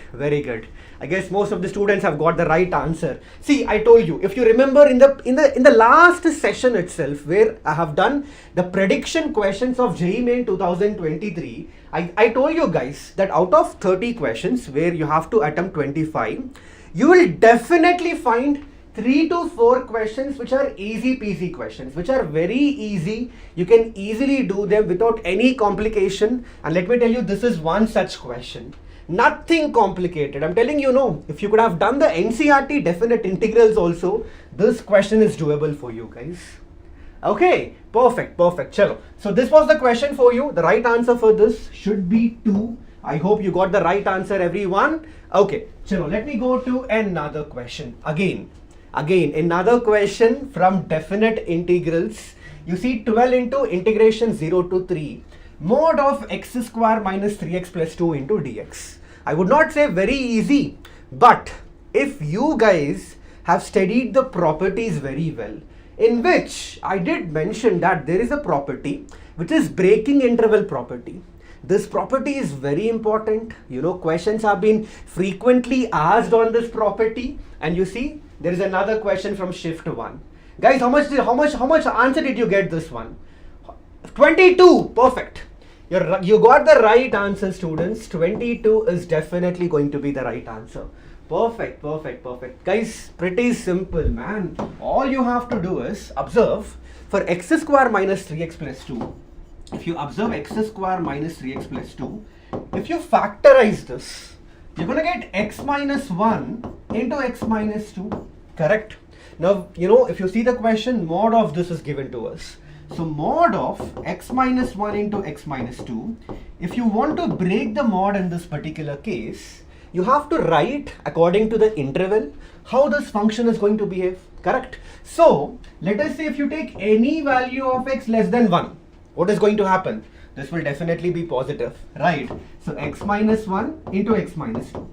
If you take any value of x, let us say between 1 and 2, what is going to happen? Well, definitely this is going to be negative. So let me do one thing. Let me just take this as x greater than 1 and between, of course, less than 2. In this interval, definitely we can say that x minus 1 into x minus 2 is going to be negative. So minus of x minus 1 into x minus 2. And what about for any value of x greater than 2, what is going to happen in this interval? Definitely x minus 1 into x minus 2 is going to be positive. So x minus 1 into x minus 2. Now according to this interval, you need to apply the breaking interval property of definite integral. If you do so, guys, this is what you are going to get. So let me just write it down for you here. So this is what you're going to get in this case. Integration 0 to 1. You see, 0 to 1, this particular term is going to be positive. So simply put x minus 1, or I can simply write it as x square minus of 3x plus 2 into dx. Now between 1 to 2, what is going to happen? Between 1 to 2, this expression is becoming negative. So we need to write this as minus of x square minus 3x plus 2 into dx. And finally, between 2 to 3, what is going to happen? For any value of x greater than 2, it's going to be positive, right? So this is again x square minus 3x plus 2 into dx. Now guys, let me tell you, all those three integrals are very simple integrals, very easy, simple integrals, nothing complicated in the calculation also. So if you do this question, if you basically do the calculation part of this, the right answer for this is going to become 22. So guys, got the answer, everyone? Everyone got the answer of this question? I hope you should be getting this, guys. Why not just do a graph? Yes, in that way also you can do it. If you know how to draw the graph of x square, mod of x square minus 3x plus 2, you see this is how we are going to get. See, it's x minus 1 into x minus 2, correct? So the graph is going to look something like this. You see, this is how, this is going to be the x-axis, and your parabola of this one is going to be something like this, right? Where this is going to be 1 and this is going to be 2. You need to basically figure out the mod of that. So what does that mean? Well, you need to basically take this one, guys, you just have to eliminate the down portion, and let me just draw this once again for you. And you see, this is how the graph is going to be for mod of x minus 1 into x minus 2. And from this graph as well, you'll get an idea, okay, where your x is, where the entire expression is going to become negative, okay, where the entire expression is going to become positive. From that also, definitely you can figure it out, okay. So I hope this question is clear for everyone out there. Yes, anyone here? I hope this is clear for everyone. So simple question, man, simple question again, easy peasy question tha. 22 mark, 22 is going to be the right answer. And if you observe, 2 questions were asked from definite integral. And if you see this question, yeah, this was a definite 4-mark question. Very simple question. You should be getting this. And this one I can basically rate it as an average question. Like, you have to know how to break the mod. If you definitely know that, and if you can apply this breaking interval property, I think you will not have any complications in the calculation or modification part later. So yes, definitely guys, if you are prepared definite integral very well, this is a very simple question for you, right? Okay, fine. And what about, and guys, do same question of similar type of questions are going to be repeated? See, I can't tell you similar type of questions can be repeated. We cannot guarantee, but we can expect such type of questions. I mean, let us say from definite integral, 2 questions were asked, and if you see the properties were used, so you can expect property type of questions from definite integral also. in the later shifts or later exam dates, yes, we can definitely do that. I mean, as I told you, definite integral is a very important chapter. If you see the previous year also, the previous 2-3 years also, good amount of questions were asked from this chapter. So definitely guys, we can expect, you know, more such type of questions, not exactly the same type, okay, but you know, more such type of questions, like where the more number of properties are used. Yeah, we can expect such type of questions in the coming shifts. Okay, fine. Sir, any negative marks in the numerical? No. Okay, fine. So next one guys, next question for you. Now you see this question, this is a permutation and combination question, and what is given for you? Out of the 12 subjects, there are 5 languages and 7 others, okay? 5 has to be chosen such that at most 2 language subjects are chosen. So what are the total number of ways in which we can do this? So guys, how many what is the answer for this question? What is the answer you got for this particular question? What is the answer you got? Anyone here? Anyone? See, it's a pretty simple question, man. You see, basically there are 12 subjects, correct? In 12 subjects, you need to be selecting, there are 5 languages, okay? So let us say languages, and you have others in this case. So what is going to be the language of here? The languages are going to be 5 in number. And what are the other, subjects or languages? Particular languages are 5. What are the other subjects in this case? Well, they are going to be 7. We need to select 5.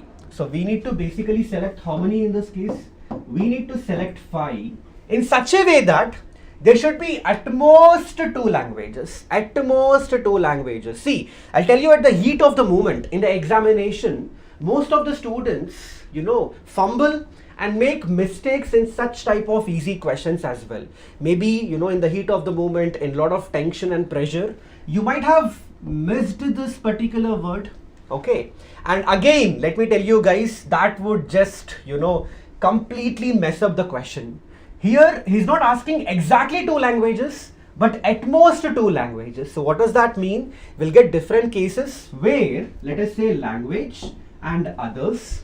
You can select 0 languages and all the other 5 are going to be from this subject, other subjects.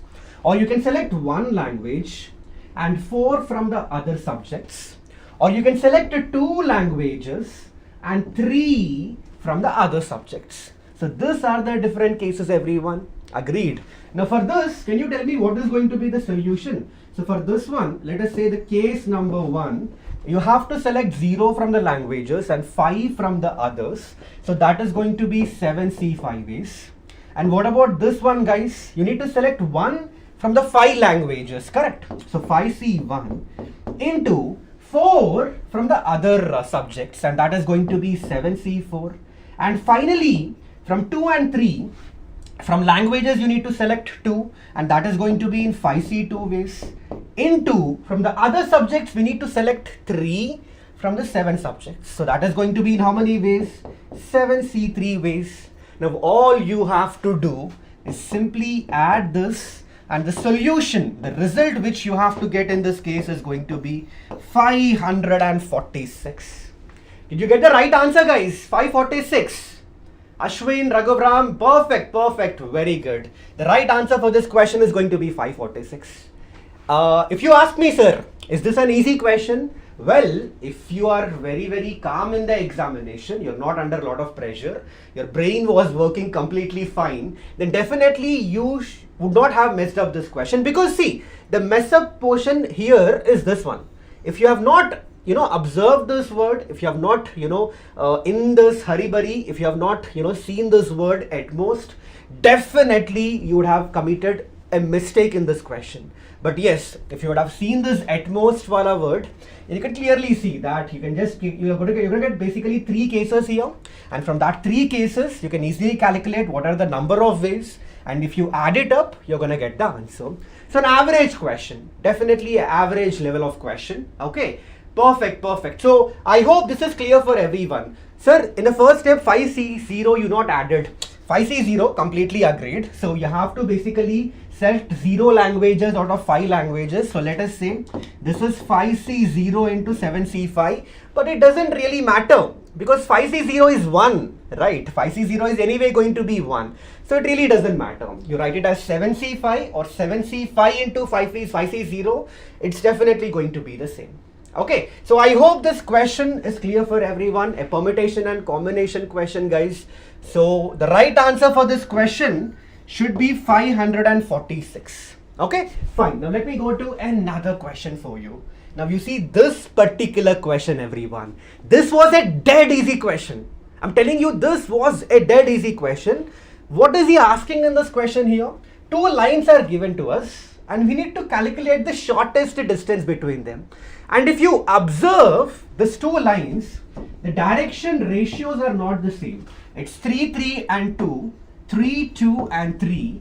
So we need to basically apply the formula of distance between the two skew lines, correct? And what is the formula for that? Well, here, if I can write it down in this way, let us say the vector A1 is going to be given by, let us say 2i, and you have plus j plus 0k cap. Let us say this is your vector A1. And what is your vector A2? A2 is simply nothing but the point present on the second line, and that is going to be I cap, and then you have 2j cap, and then you have k cap, and that is going to be your A2. Now let me write down the parallel vectors. So what is B1 here? The parallel vector for the line, the first line, and that is going to be given by 3i plus 3j plus 2k cap. And what is B2 going to be, guys? Well, it is going to be 3i plus 2j plus 3k cap. Now all you have to do to figure out what is going to be the shortest distance between these two lines, all you have to do is simply apply this formula, which is B1 cross B2, B1 cross B2 dot A2 minus A1 whole divided by magnitude of B1 cross B2. Just apply this formula, you are gonna get the answer. So direct formula application question, guys, a dead easy question. I think you should not be missing this type of questions, man. These are easy peasy 4 marks for you. So guys, you got the right answer. So if you apply this formula, okay, where you just substitute the vector B1, vector B2, find the cross product, find out A2 minus A1, and then you can basically figure out what is this value and this value. The right answer for this question, which you have to get, is 11 by under root of 43. This is going to be the right answer, students. 11 by under root of 43 is going to be the right answer. So I guess the students have got it right. Ritvik, Karthik, yes, perfect guys, perfect, very good. You got the perfect answer. And let me tell you one more important thing here. If you remember, in my yesterday's class of the prediction, okay, where I predicted some of the questions of JEE Main 2023, you see, I have applied the same formula. I have done a question on the shortest distance between two lines, and I told you that, see guys, in 3D geometry and vector algebra, go through the formulas. The formulas are going to be important. There is no need for you to go in depth. Remember the formulas. Sometimes the question can be directly asked, where you have to just apply the formula, get the result. And you see the same thing. I've discussed this yesterday, and guys, you see here, the same type of question was asked today. If any of the students, who has watched the yesterday's session could have easily solved the previous question. So I hope this is clear for everyone, guys. So again, I'm telling you, for all the students who are having your paper, tomorrow or in this particular week, definitely go through the 3D geometry and vector algebra formulas. Remember the formulas, see the application part, you see how the formula has to be applied.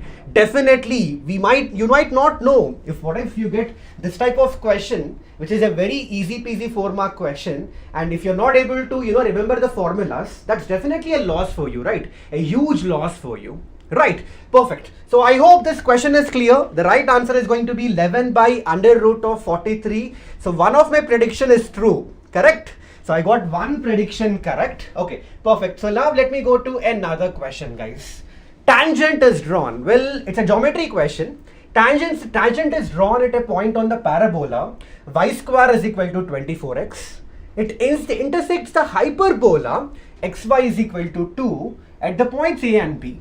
What is the locus of the midpoint of AB going to be? You got this question, guys? You got this answer? The answer of this particular question? Well, it's not an easy question, definitely not an easy question, but if you remember certain theorems, okay, the certain concepts of geometry, specifically, you know, in this hyperbola and parabola, I think you will be in a comfortable position to solve this. Well, let me give you an idea of this question, exactly what is happening in this question. See guys, observe this. Let us say this is your y, this is going to be your x-axis, okay. This is going to be your y and this is going to be your x-axis. And then you see what is happening here. You have the parabola y square is equal to 24x, okay. So you already might know how y square is equal to 24x looks like. And then you have the hyperbola xy is equal to 2. Okay, so hyperbola x into y is equal to 2. You should already know it's a rectangular hyperbola. It looks something like this, correct? Now what is he saying is, at a certain point on the parabola, a tangent is drawn. Okay, let me draw a tangent for you guys. So let me take a point for you. Let us say somewhere here, okay, somewhere here, I'm basically taking a tangent for you, okay, and I'm drawing it in such a way that, you see, I'm drawing it in such a way that what happens is, okay, this is not intersecting, this should be intersecting. Let me just redraw this once again. Well, let me draw it in this way, man. Let me just draw it in this way. So this is the tangent. Let us say this is going to be the tangent line, okay.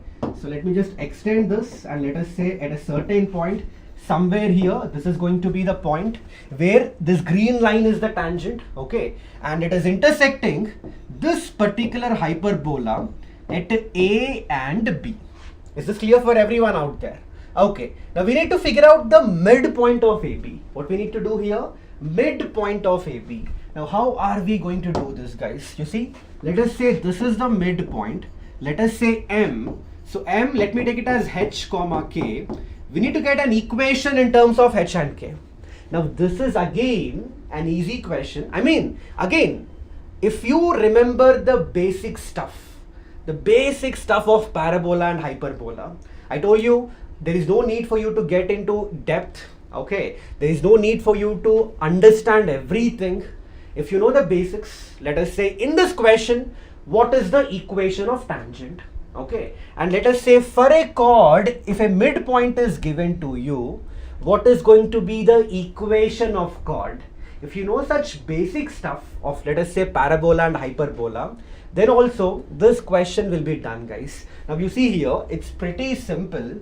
All you have to do in this case is, well, first let me find the equation of tangent, okay, equation of tangent at this particular point. And for that, guys, let me do it in this way for you. Now if I want to take the point, let me write it in the parametric form, okay. So what is the parametric form here? AT square. And what is A going to be? A is going to be 6, right? So AT square, 6t square comma 2AT, and that is going to become 12t. So this is your point. Now we need to find out the equation of tangent, right? Now what is the equation of tangent at this particular point going to be? Apply the point form, no? So tangent equation is going to be given by t is equal to 0, correct? So for this equation, y square is equal to 24x, y into y1, what is my y1? 12t is equal to, it's going to be 12 into x plus x1. Now what is x1 going to be? 6t square. Now let me tell you guys, this is the equation of tangent, okay. Now let me just keep this aside. Now I want you guys to just see this portion AB, right? Now he's asking us to find out the locus of this midpoint M. Now you tell me, if in this particular case, can I say AB is going to be the chord? Can I say AB is going to be the chord of hyperbola, right? And to find the equation of this chord, let us say if the midpoint is available to you, how would you find the equation in that particular case? Well, all you have to do is, let me write down for you, the chord equation is going to be given by t is equal to s1, Yes or no? The equation of the chord, when the midpoint of the chord is available to you, is given by t is equal to s1. Now all you have to do is just apply this operation at the point m, which is h comma k. So t is simply going to be, you have xy is equal to 2. So that is simply x1 into y plus y1 into x divided by 2. Or you can say x1 ke place mein, in place of x1 you can take h, in place of y1 you can take k. So let me write that to you guys. Let me write that for you. So yahan pe you can clearly see you'll get x1 into y. So h into y plus y1 into x. So that is k into x, and that will be equal to s1. And what is s1 going to be here? x1 y1, and we can say that is simply going to be h into k. Now this is the equation of which one? The equation of the chord. Is this clear for everyone out there? Now try to observe this. Now again, I want you guys to focus on this line. The tangent and this chord are simply nothing but the same line. Can we say this, guys? The tangent and the chord, you see, this is my tangent. This entire thing is my tangent. And chord is A to B. Are simply nothing but the same. So we can say that, you see, this are simply nothing but the same lines. This are simply nothing but the same lines. Now what are you going to do here? If these two lines are going to be same, all you have to do is compare. Compare, eliminate the t, and get an equation in terms of h and k. That's it. Now once you get the equation in terms of h and k, that is going to be the locus of the midpoint m, which he is specifically asking in the question. And if you do so, guys, the right answer which you have to get, for this question is y square is equal to minus 3x. The right answer which you have to get here is y square is equal to minus 3x. Very good, Lakshmi. Very good, very good, very good. So how many of you got this answer?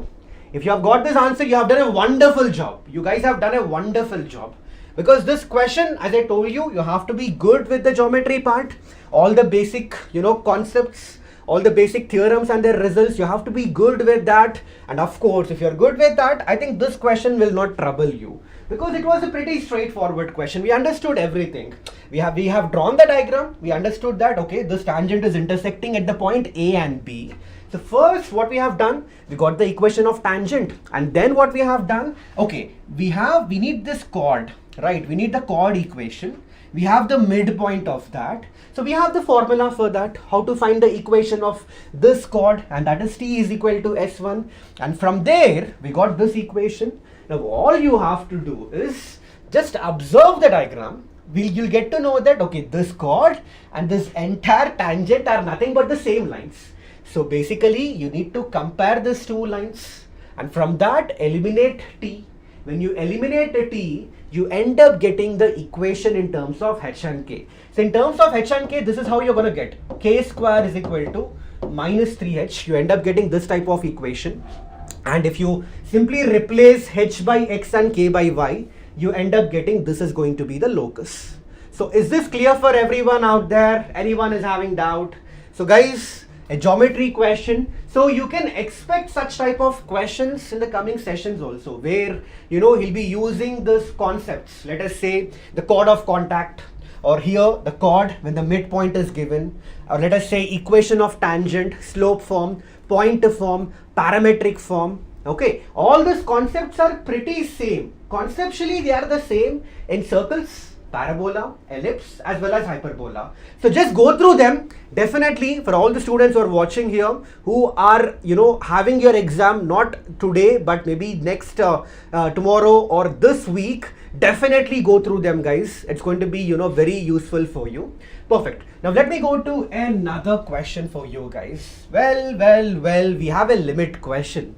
And guys, let me tell you, this question looks very complicated, okay, but it's not so. In fact, I have done a similar type of question in my previous session, in the prediction wala session. I told you the question which looks complicated is not actually complicated, okay. You have to just find a small logic here. If you see this question And to understand this question, guys, try to understand what is basically given here. Okay, limit t tending to 0, right? So we have 1 raised to this entire thing, 2 raised to this thing, 3 raised to this thing, plus so on, n raised to this thing, whole raised to sine square t. Let me take t is equal to 0 and see what am I getting exactly here. If you take t is equal to 0, you get, let us say, 1 raised to infinity, 2 raised to infinity, 3 raised to infinity, plus so on, n raised to infinity, whole raised to 0. And let me tell you, when you have this type of result, the direct answer, the right answer for this question is nothing but the largest number which is present in the base, and that is n. So n is going to be the right answer. That's it. N is going to be the right answer for this question. Perfect. Very good, guys. See, it's pretty simple. If you want to understand this, no, I can just give you a simple example, man. You see, let us say limit n tending to 0. Let us say 4 raised to n plus 5 raised to n whole raised to 1 by n. Let us suppose you have this type of limit given for you. Now what you can do here is, let me take 5 raised to n as a common here. Yes, definitely we can do that. So limit n tending to 0. And also observe one thing, guys. Also, you try to observe one thing here, that again, this is also is of the same format. You see 4 raised to 0 and you have 5 raised to 0. Acha, fine. Let me do one thing. Let me take this as infinity. So 4 raised to infinity plus 5 raised to infinity, and you have 1 by infinity, which is definitely going to be 0. So it is of the same format. Now in this question, what am I going to do here? So limit n tending to infinity. If you take 5 raised to n as a common, I'll get 5 into 4 by n whole raised to 4 by n. In fact, यहाँ पे 4 by 5 whole raised to n plus 1 whole raised to 1 by n. This is what you're going to get. Now you should know this. When n is tending to infinity, and if the base is going to be less than 1, between 0 to 1, definitely the result of this is going to be 0. Definitely the result of this is going to be 0. Now what is left out, man? What is left out? You have 5 into 1 raised to 1 by n, which is nothing but 1 raised to 0, and that is 1, and the result is 5. So to simply put it in this way, whenever you have this type of limits, try to understand this, guys. All you have to do is see which is having the highest base, the largest base, and that is going to be your answer. So the right answer for this question is going to be n, everyone. N is going to be the right answer. I hope you got it. So this is another question which was asked in JEE Main 2023 Shift 1. Okay, yeah, these are the Shift 1 questions. So now let me go to another question for you. Now coming to binomial theorem question, you see this is summation r running from 0 to 2023 r square into 2023 CR. Now let me tell you, guys, in binomial theorem, there are certain results which are very important. And I told you, remember them. Just remember them. Remember the techniques, the tricks, how to solve them, solve this type of questions. If you start doing the derivation, if you start doing the derivation, it's very lengthy. It would take a lot of time, and simply you're wasting your time in the examination. Instead of that, if you remember, guys, let me tell you this very simple logic for you.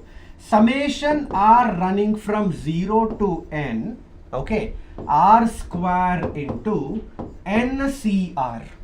What is the result of this? If you remember this, this is simply n into n plus 1 into 2 raised to n minus 2. This is going to be the result.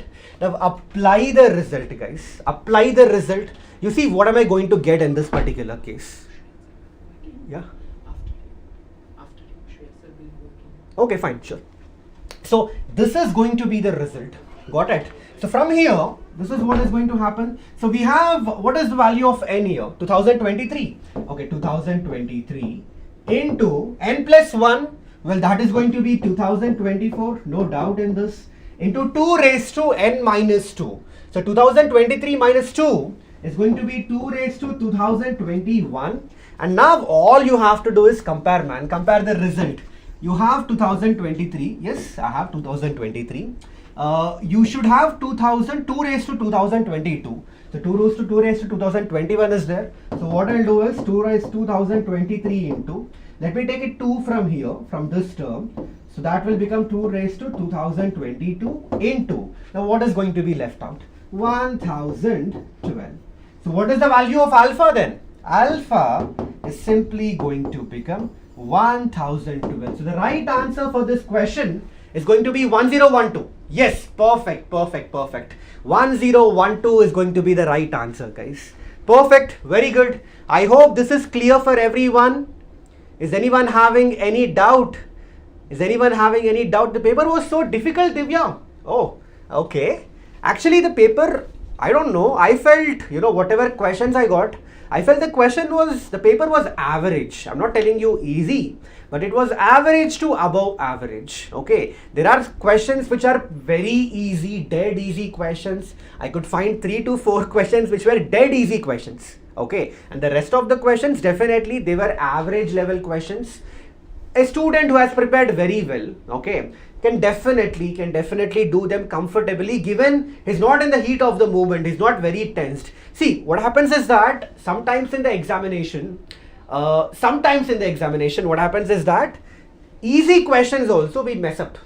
Why? Because of all the tension and the pressure in the examination. And if at all, the same question, if you're going to solve it after the examination with the cool mind, definitely you will end up getting the right answer, no doubt in that.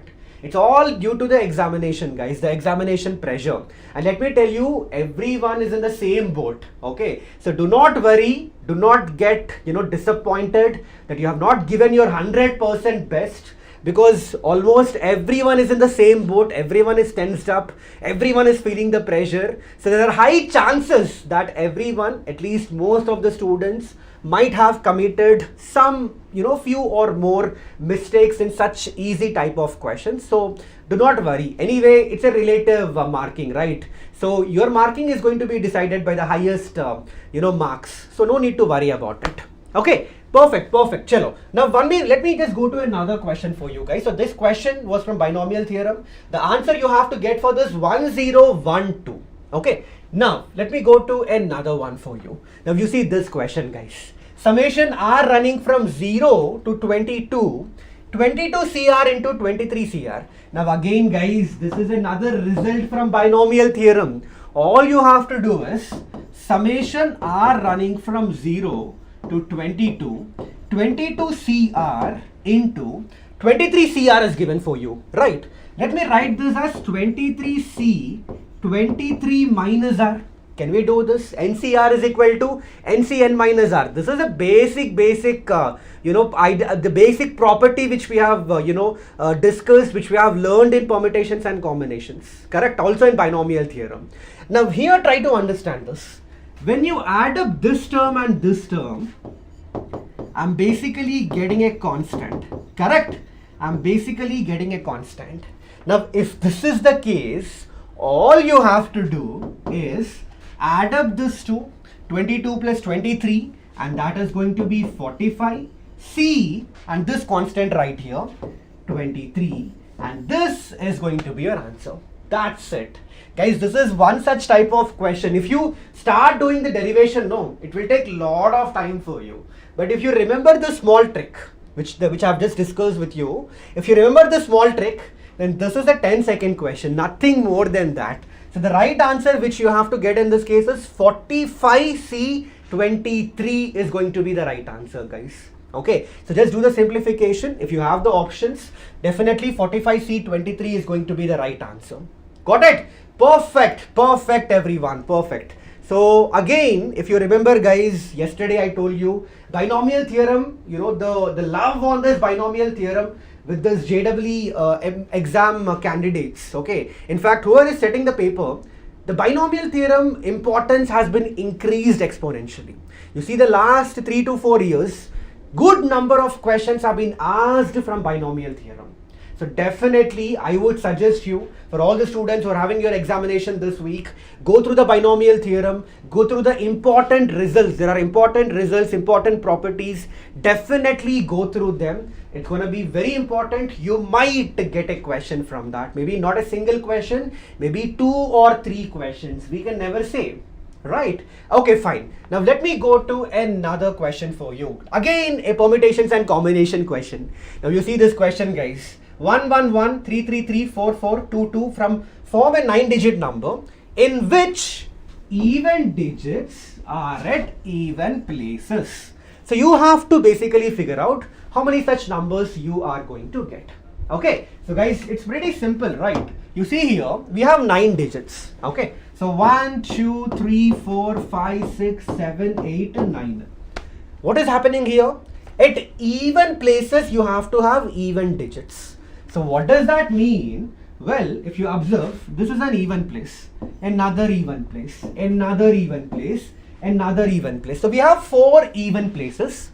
And how many even digits do we have? Well, we have 4 even digits. In how many ways can you arrange them? Well, it's going to be 4 factorial divided by, guys, you know this concept, right? Things of one type, or let us say, persons of one type or balls of one type. You have done those questions. So all you have to do is apply the same logic. So 4 factorial divided by 4 is repeating 2 times. So 2 factorial, 2 is repeating 2 times. So 2 factorial into, how many places are remaining? 1, 2, 3, 4, 5. How many digits are still remaining? We have this 5 digits here. So in how many ways can you arrange them? It's going to be 5 factorial by 1 is repeating 3 times. So 3 factorial, and 3 is repeating 2 times. So 2 factorial, and this is going to be your answer. This is going to be your answer, guys. So very simple question, very easy peasy question. So again, this is dependent on this basic concept which is there in NCERT also. I'm not even talking about JEE level. It's an easy question, guys. You should have done this, man. You would have definitely done this. Okay, so if you simplify, you see what I'm going to get here. I'll get 4 into 3 by 2 into 2. Okay, 4 into 3 into 2 by 2 into 2. And this is 5 into 4 divided by 2. So you can clearly see 2, and you have a 4, this 2 and this 2 is getting cancelled. So 5 4s are 20, 23s are 60. That is going to be the answer. 60 is going to be the right answer, guys. Very good, very good, very good. And see, are these questions really asked in today's examination? Yes. I'm not bluffing. Okay, we are not here to bluff, right? Definitely, guys, these questions were asked. And I'm telling you, most of the students expect tough level questions. That's the mindset, right? Okay, the question paper is going to be tough. Examination is going to be tough. Math paper is going to be lengthy. And let me tell you, yes, I agree. If you see the last 3-4 years, the math paper was indeed lengthy. But this time, whoever has written the morning shift of JEE Main 2023, this 24th January, definitely, guys, you are lucky because the paper was not that lengthy. Okay, you had some good questions, which were good number of questions, which were easy to moderate. So definitely, guys, you should have done better in mathematics. Okay, chalo. So now let me just go to another question for you. And guys, a inverse trigonometry question. Tan inverse of this plus secant inverse of this, what is that going to be? Now let me tell you, this is another easy peasy question. If you know the basics of inverse trigonometry also, the basic stuff of inverse trigonometry also, you could have done this question, man. See, all you have to do is tan inverse of, you see here, 1 plus root 3 is there. Okay, fine. Let me take root 3 as a common. Okay. What is remaining? 1 plus root 3. That is only going to be remaining here. Okay, this is cool. Plus secant inverse of this entire thing is given. Do one thing. Let me just take a right angle triangle where secant inverse of this is given. So secant inverse is basically nothing but this upon this. Correct? So it's under root of, this should be 8 plus 4 root 3. And this is 6 plus 3 root 3. And you have a square root here. Now using the Pythagoras theorem, figure out what is this going to be. Okay, so let me do that for you. So let us say this is going to be x. So x square plus 6 plus 3 root 3 is going to be 8 plus 4 root 3. And what is x square going to be here? 2 plus root 3. This is going to be x square. So simply we can say that, we can basically say that the value of x which you have to get here is square root of 2 plus root 3. That is going to be your x. Now all you have to do is, so let me do one thing guys. Let me just write this now here. So let me just write it down. So yahan pe, if you see, tan inverse of, so as I told you, if you take root 3 as a common in denominator, you'll get 1 plus root 3 by root 3 into 1 plus root 3. Okay. And then plus. Now write the secant inverse in terms of tan inverse. That is pretty simple. Just observe this right angle triangle. No. So from this, what is tan inverse, guys? Tan inverse is basically this upon this. Agreed. So it's going to be under root of 2 plus root 3 divided by under root of 6 plus 3 root 3. This is what you're going to get. Now try to understand, guys. You see here, this term is going to get cancelled. So what is remaining? Tan inverse 1 by root 3, which is pi by 6 plus. Now in this term, you can take 3 as a common in the denominator. If you do so, the numerator and denominator is still going to be the same. So what will be remaining here? Tan inverse of 1 by root 3 will be remaining. And what is tan inverse 1 by root 3? Again pi by 6. So pi by 6 plus pi by 6. The result is simply going to become pi by 3, and that is your answer. Guys, is this clear for everyone? Anyone is having any doubt? Such an easy question from inverse trigonometry. That's what I was telling you. If you know the basics also of inverse trigonometry, you could have done this question without any trouble, without any confusion. Right? So I hope this is clear for everyone. I hope this question is clear for everyone. The right answer you have to get should be pi by 3. Okay, fine. So now let me go to another question for you. Now you see this particular question, 1 minus root 3i whole raised to 100 is given, which is 2 raised to 99 into p plus iq. So it's asking us to find out this term and this term are going to be roots of the equation. Now let me tell you guys, this question, you can apply binomial theorem in this case and do this question. But I would actually say it's a complex number question. I mean, if you apply the concept of complex numbers, this question is going to be a dead easy question for you. How, sir? Well, try to understand here. Try to understand. Okay, this 1 minus root 3i whole raised to 100 is given, no? Can I write this as minus 1 plus root 3i whole raised to 100? The same term on the left hand side? Yes, if you take minus as a common. Anyway, the power is even. No, it doesn't really matter. So this is what I'm going to get. And after this, if you remember in complex numbers, I told you cube roots of unity is such an important chapter. Cube roots of unity, you should definitely remember that concept. The same thing we need to be applying here. Minus 1 plus root 3i. If you remember, guys, the value of omega is minus 1 plus root 3i divided by 2. So what I'll be doing here is simply, I'll just multiply and divide by 2. So 2 raised to 100, and here I'll get minus 1 plus root 3i by 2 whole raised to 100. And what is minus 1 plus root 3i divided by 2 going to be? Omega. So omega raised to 100 and 2 raised to 100 into, what is omega raised to 100? You already know this, right? Omega cube is simply going to be equal to 1. So this is simply omega. You can write this as omega into omega cube whole raised to 33. So omega cube is anyway 1. So you end up getting 2 raised to 100 into omega, and which is simply nothing but 2 raised to 100 into minus 1 plus root 3i divided by 2. And you see 2, and here you get a 99. So you're going to get 2 raised to 99 into minus 1 plus root 3i. This is what you can do. This is how you can apply it. Okay. Now try to understand this, guys. Compare this with the result given for you on the right hand side. Now what is the value of p going to be here? The value of p is minus 1. Agreed. And what is the value of q here?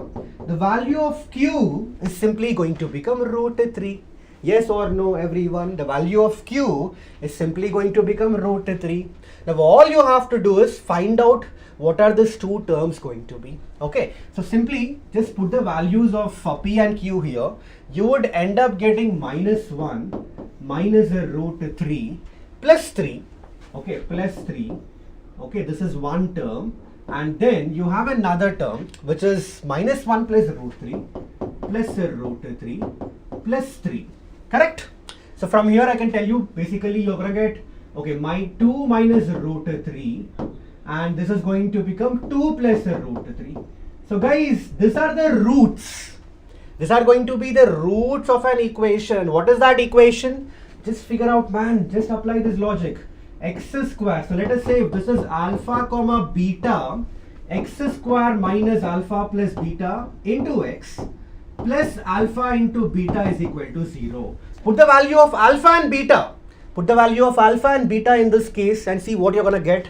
If you do so, guys, this is what I'm going to get. X square, alpha plus beta is going to become 4, right? So x square minus 4x plus alpha into beta is simply going to become 1. And let me tell you guys, this is going to be the answer for this particular question. So got the right answer? Got the right answer, everyone? X square minus 4x plus 1 is equal to 0. Is this clear for everyone out there? So this is going to be the root. In fact, this is going to be the equation for which these are going to be the roots. So I hope this is clear, guys. It is again, a complex number question. You could have used De Moivre's theorem also in this case. If you have used De Moivre's theorem also in this particular case, definitely you could have got the right answer. But cube root of unity is something which will help you out. I mean, it will take lesser time. Definitely cube root of unity will take lesser time to get this answer.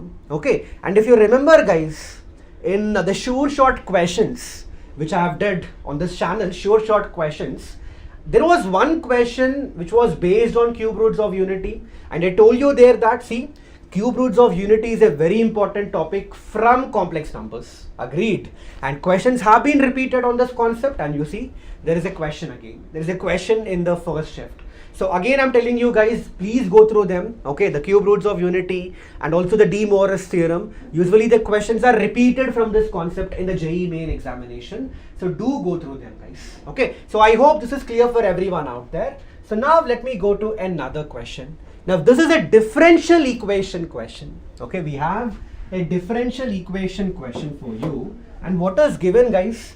X cube into, this is not y, there is a simple, typing mistake, guys. This is not y, this is dy actually. So let me just write it as dy, okay, plus xy minus 1 into dx is equal to 0. This is what is given for you. And we need to find out y of 1 by 2, and that is equal to 3 minus e. Then what is y of 1 going to be equal to? So first thing, guys, try to understand, it's a differential equation. Okay, we need to solve this differential equation. To solve the differential equation, you have three methods. You go with variable separable, homogeneous, or the linear differential.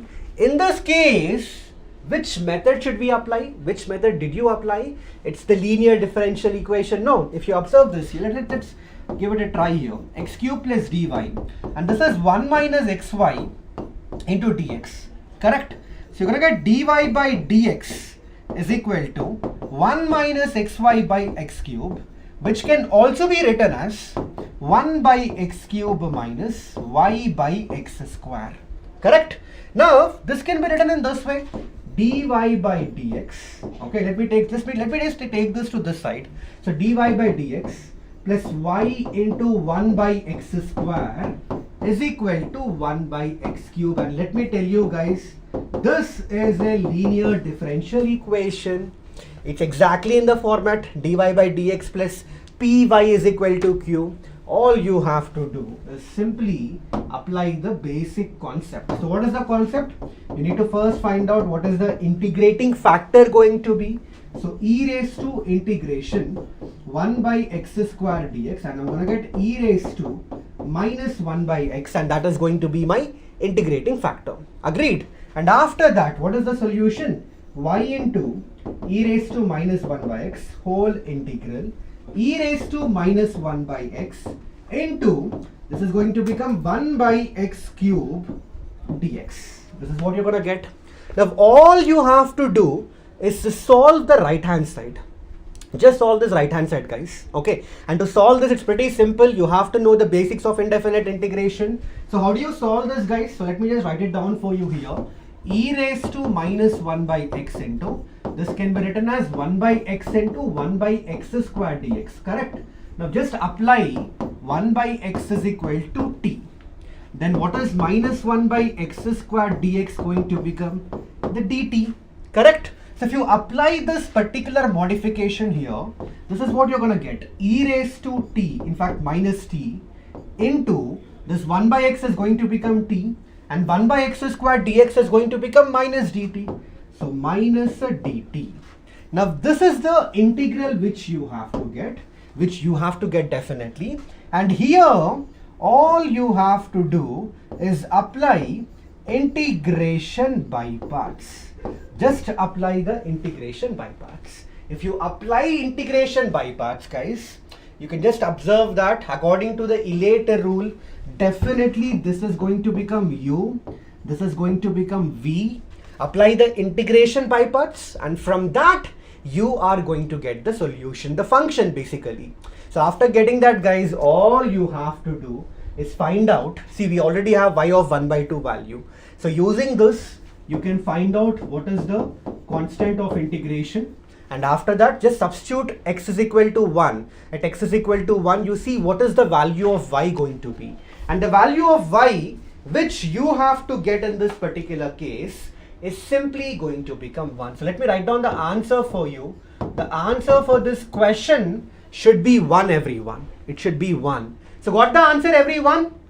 Is anyone having any more doubt in this case? How many of you got the right answer here? The right answer is simply going to be 1 in this case, guys. Okay. So again, it's a linear differential equation. There's nothing complicated, nothing twisted here. Okay. It was a pretty straightforward question. So usually what he does is, he might give you a Bernoulli equation, and from that you have to modify it into a linear differential equation. That is how it used to go. Correct. But this question was pretty straightforward. If you have done the modification, you directly got to know, okay, it's a linear differential equation. Now just applying the method, we'll get to know what is y, and from that simply substituting x is equal to 1, you'll get to know what is y of 1, and the answer which you have to get is 1, guys.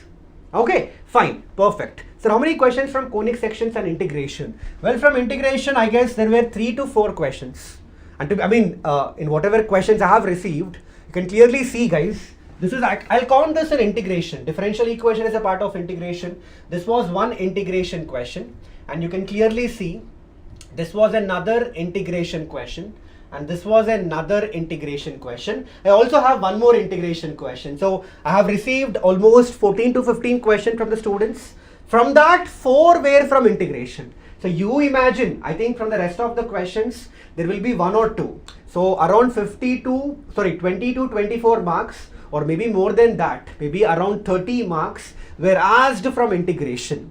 Okay, and from conic sections, you can clearly see there was one question from conic section, guys. This was the conic section question. Okay, and I think there might be few more questions. Okay, I think there might be 2 or 3 more questions from conic sections as well. Okay, so I'm not pretty sure about that, but binomial theorem, yes, there were 2 questions from binomial theorem.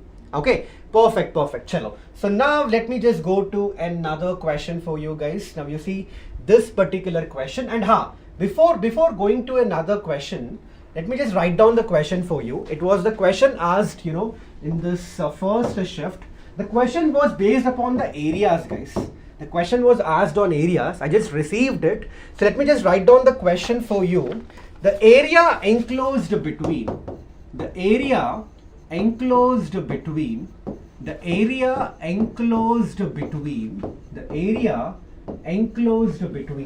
y square is equal to minus 4x plus 4 and y is equal to 2x plus 2. Y is equal to 2x plus 2. You just have to find the area. So what answer you got for this question, guys? What was the answer you got for this particular question? The area enclosed between y square is equal to minus 4x plus 4 and y is equal to 2x plus 2. Let me tell you the answer for this question which you have to get. Guys, it should be 9. You have to get the answer as 9 in this particular case. Okay, guys, it was a pretty simple question, man. See you here, guys, observe here. This is your y-axis. This is your x-axis, correct? Now you see here, y square is equal to minus 4x plus 4. Now if you see this parabola right here, this is a pretty simple parabola. Y square is equal to minus 4 into x minus 1. So this parabola is having the vertex at 1, 0, agreed. And it's going to look something like this. The parabola is going to be something like this. This is how the parabola is going to look like with the vertex at 1, 0. Okay. And here, what is this point going to be? Well, this point is going to be 2, in fact 0, 2. This point right here is going to be 0, 2. And if you see the line y is equal to 2x plus 2, the line is going to be in this way. Agreed, everyone? The line is going to be in this way. You see, this is the line. Got it? Now we need to find the area between them. So this is the area he's talking about. You see, this is the area he is talking about. Now in this case, which one is beneficial for you? Will you take the area with respect to y or with respect to x? Will you take it? Let me say if you want to do the integration with respect to y, I mean you want to take dy or dx. But guys, let me tell you, in this question, if you have done it using dy, then definitely guys, it could have become more easy for you. Because you observe this, you already know what is this point going to be, right? This is 0, 2. And if you want to figure out what is this point going to be, all you have to do is solve these two equations. Okay, so you can just solve these two equations. So let me just write it down for you. So you have y square minus 4 divided by minus 4 is equal to y minus 2 divided by y minus 2 divided by 2. So guys, this is what you are going to get. And if you solve this equation, this quadratic equation, the values of y which you're going to get is 2 and minus 4. So this is 2, right?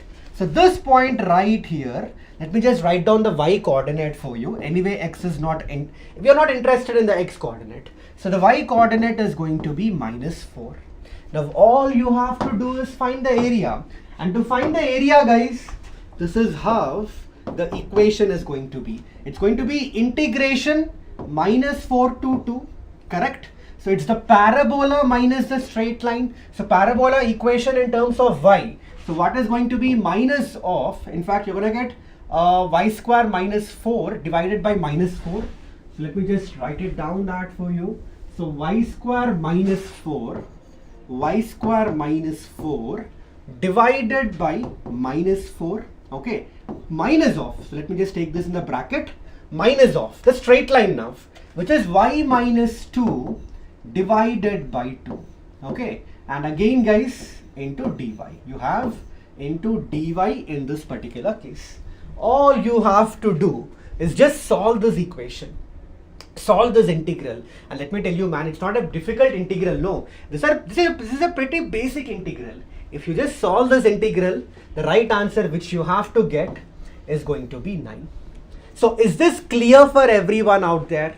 Is this question clear for you? So it's a pretty simple question, nothing complicated, guys, nothing complicated. If you have attended my previous class where I have discussed the predicted questions, you see, this was one such question where I have taken the parabola, okay, I have taken the straight line as well. In fact, this question was a little bit complicated where the straight line was not given to us directly. We had to find the straight line using this concept given, which was tangent at some point. Using that concept, I had to get the straight line. And after that, to find the area, you see what I have done. I have basically applied, I have taken the y coordinates here, this coordinate as well as this particular coordinate. We have taken the y coordinates to get the area here. We have done the area with respect to dy, and the same type of question, you see, the same type of question. You could have done with the x-axis also. With respect to dy dx also, you'll definitely get the answer. But if you ask me guys, using dy is going to become way simple for you. You could have got the answer way easily. So is this clear for everyone? Is this question is clear? So the right answer you have to get in this case is going to be 9. Okay, perfect. Chalo. So now let me go to another question for you. There is also another question from mathematical reasoning. There is also another question from mathematical reasoning. How many of you have done the mathematical reasoning question? Okay, let me just show that question to you guys. Let me just write down that question. I just got the question right now. Just, so I've just written it down directly. So you see the question, guys. The question is negation P and Q implies negation P or Q, and there were options given for you. This is equivalent to what? This is equivalent to what? Okay, and the right answer, let me tell you, this is equivalent to, the right answer should be negation P or Q. This, guys, is going to be the answer. A mathematical reasoning question. I keep telling my students every time, do mathematical reasoning, don't skip it. You'll at least get one question from that. Definitely one question is asked from mathematical reasoning. It's going to be a dead easy question. And you see, this is another question asked here. Mathematical reasoning from the shift one. Okay, so it was a pretty simple question, guys. You can use the truth table, but instead of truth table also, you can also have used the set theory concept. You could have used truth table. Through truth table also you'll get the right answer, or else there is another better method. Better in the sense it would have taken less time for you. I'll just show that method to you. It's a pretty simple method. See guys, try to understand this. P implies Q. Okay, for this is going to be equivalent to what? Negation P or Q. Yes or no? P implies Q is going to be equivalent to, if you find out P implies Q or negation P or Q, it is basically the same thing, right? So applying the same logic, so let us suppose this entire thing is P and this entire thing is Q. So this can also be written as, negation of this entire thing. So that will become negation of P and Q, and you have OR, and then you have Q, which is going to be simply negation P or Q. Now using set theory also you would have got the answer of this question, guys. You see, using the set theory concept, what you could have done is, this is equivalent to negation, that is, we can write it as P complement intersection Q, okay, union P complement, negation P, you can write it as P complement or Q. You could have written in this particular way, yes or no, using the set theory also. This is identical to this and this are pretty basically the same thing. Now try to understand this, everyone. What is the result of this going to become? What is the result of this? How would you know the result of this? You can use the Venn diagram. No, if you want to know what is the result of this, you see, let us say this is P, this is Q.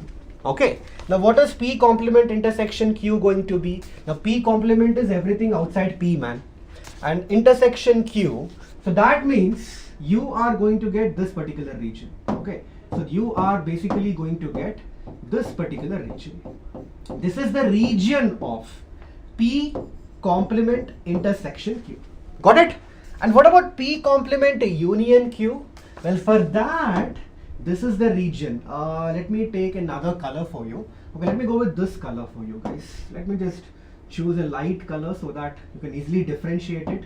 Okay, so this red color right here is indicating what? P complement union Q. Is this clear for you guys? Okay, now try to understand this, my students. Try to understand this. Can't you clearly see that this one right here,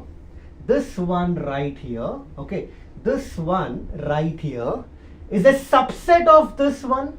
I mean, this entire thing, P complement intersection Q, entire thing is contained in P complement union Q. So what does that mean, everyone? Well, if you want to figure out what is this result going to be? P complement intersection Q union P complement union Q. This is simply P complement union Q.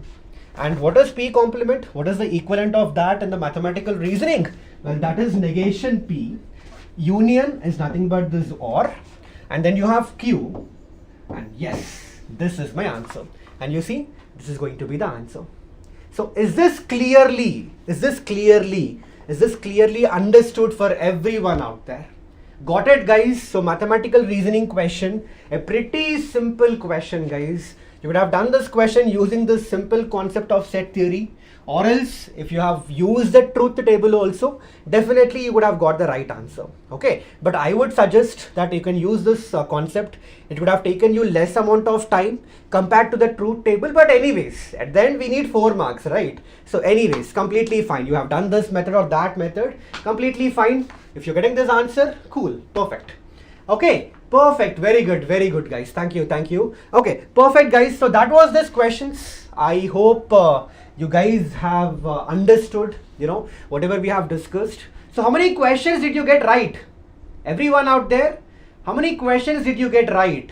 Out of all the questions which we have discussed, how many of you have got the right answers? I guess we have discussed around 14 questions if I'm not wrong. 14 questions, right? So how many models? 14 questions were asked, right? 14 questions we have discussed till now. I hope. Okay, sir, what is the last question? Last question was this one, man. The mathematical reasoning question. This was the question asked. Okay, this is equivalent to what? And this is going to be the answer. Okay, you got 12 right answers. Perfect, very good. All the 14. Okay, and let me tell you guys, I'm telling you, if you want to, if you want me to, talk about, how was the paper and stuff, as far as these questions are concerned, all these 14 questions are concerned, I would say the paper was not that lengthy. Okay, it was moderate level paper. Okay, it was somewhere between moderate to, average to above average. Few questions were dead easy. 3 to 4 questions. I'm telling you, no, this was a very simple question. You could have done it, man. So, and also this question, not this one exactly. And this question, this inverse trigonometry question. The basics, just the basic part. Okay, you could have done this question also. And then definitely this question, not this one, this question. If you know the formula, if you have remembered the formula for this, definitely that was a pretty damn easy question for you guys. Okay, and also I guess this one was also a simple question. If you have not messed up, this at most, if you have seen this and if you have applied it accordingly, definitely it's not that critical, not that complicated. And what about this one? No, this one is not. But the first question, this was also a dead easy question, direct NCERT question, right? So guys, that's it. I think we are done with whatever questions I have. These are going to be the solutions. So next, Shreyas sir is going to continue the session, guys. Shreyas sir is going to continue with more physics questions for you. So stay tuned, everyone. Thank you so much. So bye, everyone. Take care. Take care.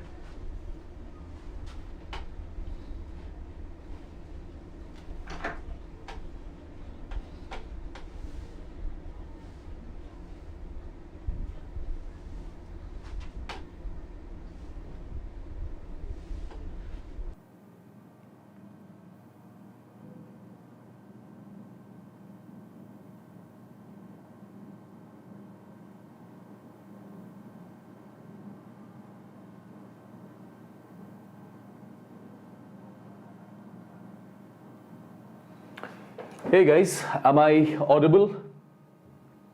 Am I audible again? Let me know quickly.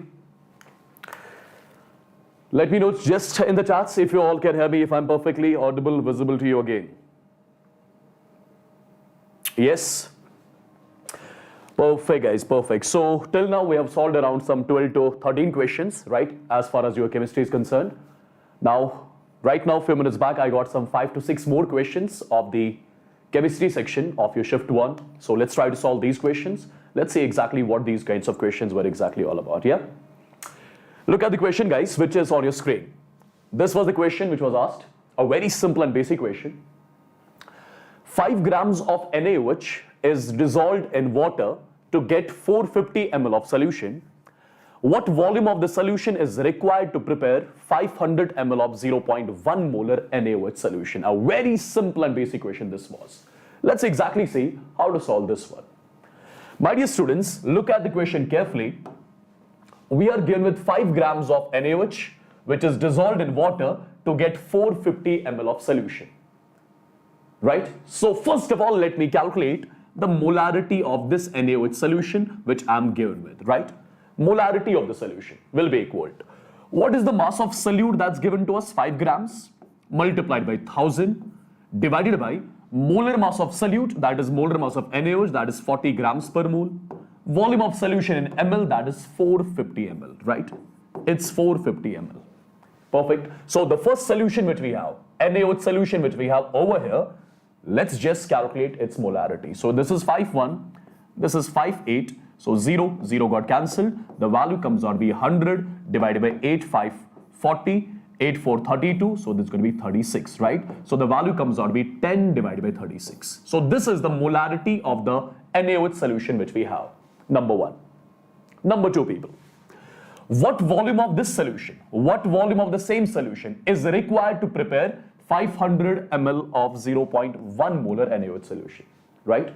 We are supposed to calculate volume of the same solution whose molarity is 10 by 36. I'm assuming volume of this solution is V1, which I have to calculate. Perfect. What volume of the same solution is required to prepare 500 ml of 0.1 molar NaOH solution? So final molarity of the solution has to be 0.1 and final volume of the solution has to be 500 ml. Right, people? Perfect. I hope you got the idea of how to solve the question. Now, which formula I'll be simply using? I'll be using the formula M1V1 has to be equal to M2V2. Why is that? Because I need to calculate this V1 over here. Perfect. What is M1 that's given to us? Oh, M1 we have calculated. It's 10 divided by 36, right? V1 we need to calculate is equal to M2 is 0.1. 0.1 means 1 by 10, right? V2 value, that's 500. Perfect. A bit of calculation is needed. So 1 0 got cancelled. 1 more 0 got cancelled. So V1 comes out to be 36 multiplied by 5. It's 5 6 30. 5 3 15. It's going to be 180 ml. So this is going to be the answer of the question, right? How many of you got this question right, people? How many of you got this question right? Let me know quickly in the chats. Yes? Let me know quickly in the chats. How many of you got it right? Quickly, people. Simple and basic question, right? So first of all, we were given with the NaOH solution whose molarity we calculated by the simple result of molarity, right? And after that, we were supposed to calculate volume of the same solution which is required to prepare 500 ml of 0.1 molar NaOH solution, right? Just have a look on the calculation. Perfect. That's how you solve this sort of a question. I'm sure it's clear to everyone. Perfect. Now, people, looking at more questions, let's have a look exactly what more questions were asked. Okay, well, there is one question which I got from the student. I'm not sure whether it was the same question, it was given in this format or not, but you just confirm it in the chats. Was there question asked about freons? Say yes or no in the chats once. Was there any question asked about freons? Yeah? Was there any question asked about freons? And as per one of my student, one of the options where freons are chlorofluorocarbons, right? Absolutely correct. If this was the option, this is absolutely the correct statement about freons, right? Perfect. This was, so the ones who are going to write it in the evening, tomorrow, right? Just pray you get similar sort of question. You get similar sort of like 5-6 questions. Perfect. Okay, this has been one more question which is asked in your morning shift. Freons, these are your chlorofluorocarbons, nothing apart from that. Okay, so all these questions we have solved now. Okay, was this the question asked, people? Just let me know once in the chats. Was this the question asked? Yeah? I think yes, because 2-3 students sent me the same question. Okay, now how do we solve this particular question over here? People, it's a very simple concept. I'm 100% sure you would have studied it already. Now, how to solve this exactly? Have a look. So first of all, This is basically your H positive and B negative here, right? That's something every one of you will be knowing. This is your H positive and B negative. Now what's going to happen, this double bond, shift this double bond over here. Perfect. When you shift this double bond over here, this H positive is going to attack at this position. Perfect. So what is something which you'll be getting right here? It's going to be something like this. Have a look exactly what I'll be doing. Have a look exactly what I'll be doing. Since I've shifted the bond towards this side, H positive attacked, and a positive charge got generated at this particular position. Perfect. Right, people? Now over here, is there any chance of a ring expansion? It's a 4-membered ring. We can make it 5-membered ring, right? We can make it 5-membered ring. Perfect. What you need to do, you just need to break this bond and make this bond. You just need to break this bond and make this bond. Yeah? And how exactly you'll be doing it? How exactly you'll be doing it? Have a look, people. So over here, we'll have the ring expansion. We'll have the ring expansion so that this 4-membered ring gets converted into the 5-membered ring. And how exactly you're going to do this ring expansion? See, guys, till here, everything is same. Now you're going to join these two particular carbons, right? You're going to join these two particular carbons, and over here, there are two CH3 groups attached. Now the positive charge is going to come on this particular carbon due to the ring expansion, right? Now, after the ring expansion is done, you can make it like this as well. You can make the same structure like this as well, no issues. It's a 5-membered ring now. It's a 5-membered ring, right? And this particular carbon is having two methyl groups attached, and there is a positive charge over here at this position. Perfect. Now people have a look. Is there any chance of the shift? Is there any chance of the shift? Yes, there can be 1,2 methyl shift. There can be 1,2 methyl shift. So shift it over here at this position. It's basically 1,2 methyl shift, right? What you'll be getting at the end, you'll be getting something like this. You'll be getting something like this, and there's a positive charge right here. Now people, the Br negative which you had here, this Br negative is going to attack at this position, and finally the product over here is going to be like this, right? This is the final product which you will be getting at the end. Look at the options carefully. Look at the options carefully. So which option satisfies it? It is going to be option D, which is going to be the correct answer of this particular question, right? So you can expect the similar sort of question, people, in the upcoming shifts as well, right? Similar sort of ring expansion, ring contraction questions from this concept will be definitely asked, in which also there will be a rearrangement as well, right? Okay, moving on to a few more questions. Let's see what all questions we got. Okay, one more question. The correct stability order of the resonating structures. Basically, we were given with three resonating structures over here, and we were supposed to check which one is maximum stable, right? So first of all, how do we check it basically? I'll be just calculating the total number of bonds over here. In general, we leave the CH bonds, right? We leave the CH bonds. Apart from CH bonds, whatever bonds are there in it, in this particular resonating structure, let's calculate. 1, 2, 3, 4, 5, 6, 7, 8. There are total 8 bonds here. Over here, 1, 2, 3, 4, 5, 6, 7, 8. There are again 8 bonds here in this particular structure. 1, 2, 3, 4, 5, 6, 7, 8. There are again 8 bonds here in this structure. Now, the first thing which you always check, whenever you need to compare the stability of the resonating structures, the first thing which you check is total number of bonds. That resonating structure which contains maximum bonds is going to be maximum stable. But over here in the current scenario, my dear students, the total number of bonds everywhere are equal. Now, how exactly you are going to check the stability? If you look at the last one, people, oxygen is carrying the positive charge. Positive charge on an electronegative element makes it highly unstable, you know that. Positive charge on an electronegative element makes it highly unstable, right? And over here in these two structures, there is nowhere positive charge on the electronegative element like oxygen or nitrogen. But this is the structure where positive charge is on more electronegative elements, so it will be highly unstable. So C is going to be the least stable.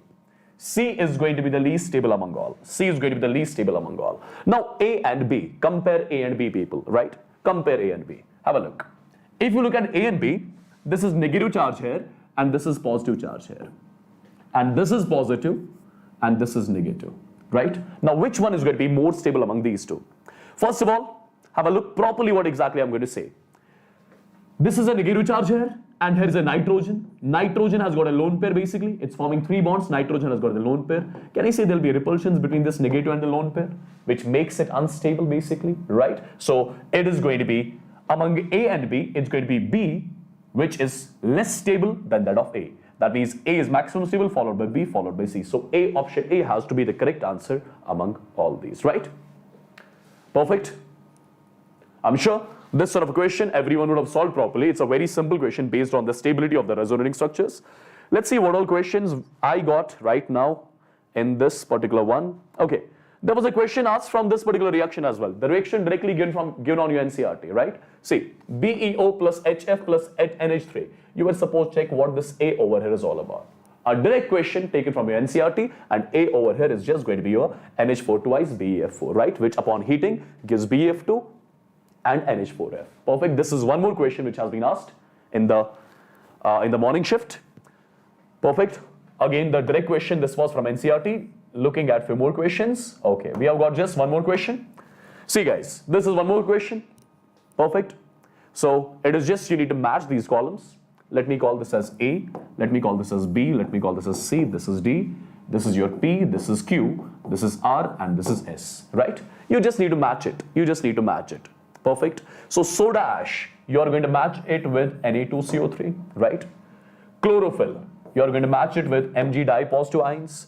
Whitewashing you'll be matching with CaOH whole twice, right? And toothpaste, it is F negative basically, right? So look at the options. It's A, you are matching with R, B, you are matching with S, and C, you are matching with Q, right? So it's option B, which is going to be the correct answer of this particular question as well, right? Perfect, guys. Okay. So till now in chemistry we have discussed almost some 18 to 90 questions which we got from students. Let me just check if I got some more questions from the students on my Telegram. Just a second, people. Just a second. Guys, was there any question asked from the Paschen series, from atomic structure? Can you just confirm it?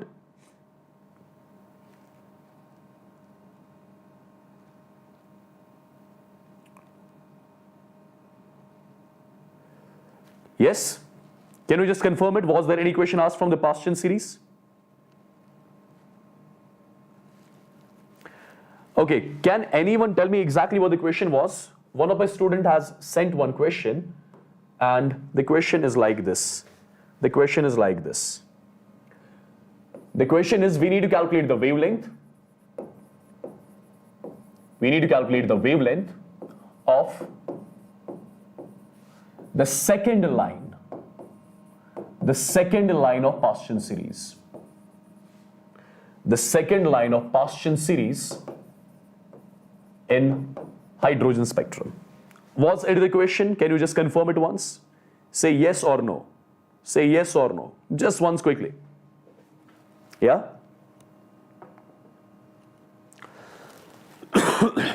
Was it the question, guys?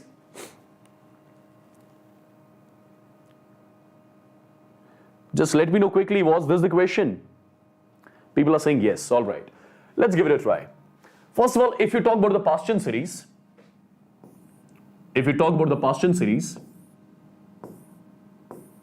okay, let's say this is n is equal to 1, this is n is equal to 2, this is 3, this is 4, this is 5, right? Perfect. In case of Lyman series, the electrons makes a transition from higher energy state to shell number 1, Balmer to shell number 2, Paschen shell number 3. So this is shell number 3. So the ground state of the Paschen series is shell number 3. The ground state of the Paschen series is shell number 3. Now what is going to be the first line of Paschen series? The first line of Paschen series is when the electron makes a transition from 4 to 3. This is called as the first line of Paschen series. You call it as the H alpha line. You call it as the H alpha line of the Paschen series as well. But we have to talk about the second line of the Paschen series. Second line means the electron making a transition from 5 to 3. The electron making a transition from 5 to 3. This is the second line of your Paschen series, right? Lyman, Balmer, Paschen. In case of Paschen series, the ground state of the electron is shell number 3 basically. First line of Paschen means electron is making a transition from 4 to 3. So second line of Paschen means electron is making a transition from 5 to 3. So basically we have to see when the electron makes a transition from 5 to 3, what is the wavelength of the photon that is emitted, correct? So I'll be simply using the Rydberg's formula. What is Rydberg's formula all about? Rydberg's formula, people, it's 1 divided by lambda is equal to R Z square 1 upon N1 square minus 1 upon n2 square. Right? N1 is the lower energy state, N2 is the higher energy state. So I'll be getting 1 divided by lambda is equal to R. I'm writing as such. Z for hydrogen is 1. It's going to be 1 upon N1 square. N1 means lower energy state. So 3 ka square is 9 minus 1 upon 5 ka square is 25. Perfect. So you'll be writing it as 1 divided by lambda is equal to R. It's going to be 25 minus 9 comes out to be 16 divided by 9 multiplied by 25.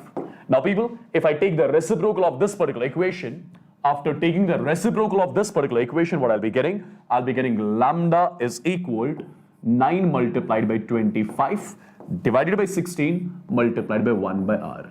I hope you got, 1 divided by R is nothing. It is just 911.5 angstroms, right? So in place of 1 by R, you have to place, in place of 1 by R, you have to put 911.5, right? You just have to do a bit of calculation. This is going to be in angstroms, right? This is going to be in angstroms. So if this was the question asked, then this would have been the answer. Perfect. Anyways, you can convert it into a nanometer or whatever is asked, right? Since you calculate in angstroms, you can easily convert it in nanometers as well. Perfect, people? Right? So if I talk about the chemistry paper, these were some, we solved around 20 questions as far as your chemistry subject is concerned. Earlier we solved some 13 to 14 questions and now we solve the rest. Okay, if I see these 20 questions, I must say your chemistry paper again was like easy only. I mean, there wasn't a single question wherein you had to use your brain properly. I mean, these were all basic questions. In every question, one single simple concept was involved, right? So chemistry was overall easy. Perfect. So people, this was all from my side, right? So we are done with the paper solving of the first shift of JEE Mains examination. Right? Now let's catch up in the evening. Evening we are going to have one more paper solving session. The ones who are going to write the JEE Mains tomorrow, I'm wishing you guys again all the luck. Right? Perfect. May you succeed in your mission. Right, people? So do join us again tonight. The session is going to start at approximately, I think 7:15, something around that. Tonight only we'll be doing the paper discussion of your today's second shift JEE Mains examination as well. Okay? So people, do let me know in the comment section of this particular video, the ones who wrote the JEE Mains in the first shift, how much score you're expecting after seeing the answers and everything of these questions, right? Do let us know in the comment section of this particular video. Take care, God bless you all, see you all in the evening, and wishing you all the luck for the ones who are going to write it tomorrow, day after tomorrow, etc, etc. Okay? So see you in the evening. Take care, guys. Bye-bye. Bye-bye.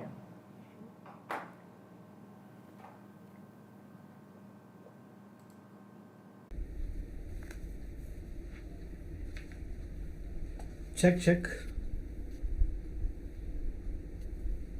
Guys, can you hear me? Can everyone hear me?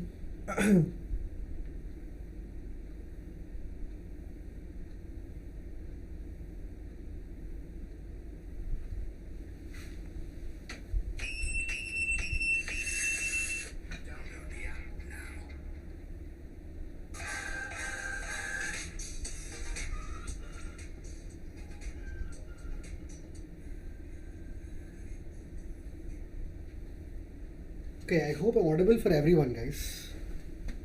I hope I'm audible for everyone. Yep, perfect. So I had a couple of more questions. I just received those questions from the students. So I just wanted to, discuss those questions, guys. I hope I'm audible for everyone out there. Guys, can you see me? Can you hear me? Okay, fine. Perfect. So here are the questions for you guys. So this is, one such question which I have just received from one of our students, and you can see this question, guys. Now this is from inverse trigonometry. The sum of all values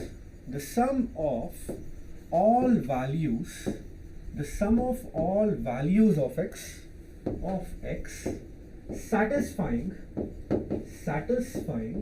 okay, this particular equation is given for you, and that is cos inverse x minus of 2 sine inverse x is equal to cos inverse of 2x. So this is the question given for you, everyone. Now this is a very simple question, let me tell you. Because यहाँ पे, I mean, if you just see this question right here, this is, guys, a simple inverse trigonometric question. Inverse trigonometric, you have to know how to solve an equation where inverse trigonometric functions are involved, right? So if you see, observe this one, guys. It's given for you in this way. It's given for you like cos inverse of x, okay, minus 2 sin inverse x is equal to cos inverse of 2x. Now one way is convert everything to tan inverse and then apply the appropriate formulas, tan inverse x minus tan inverse y, or tan inverse x plus tan inverse y, whichever is suitable here. Go with that particular formula.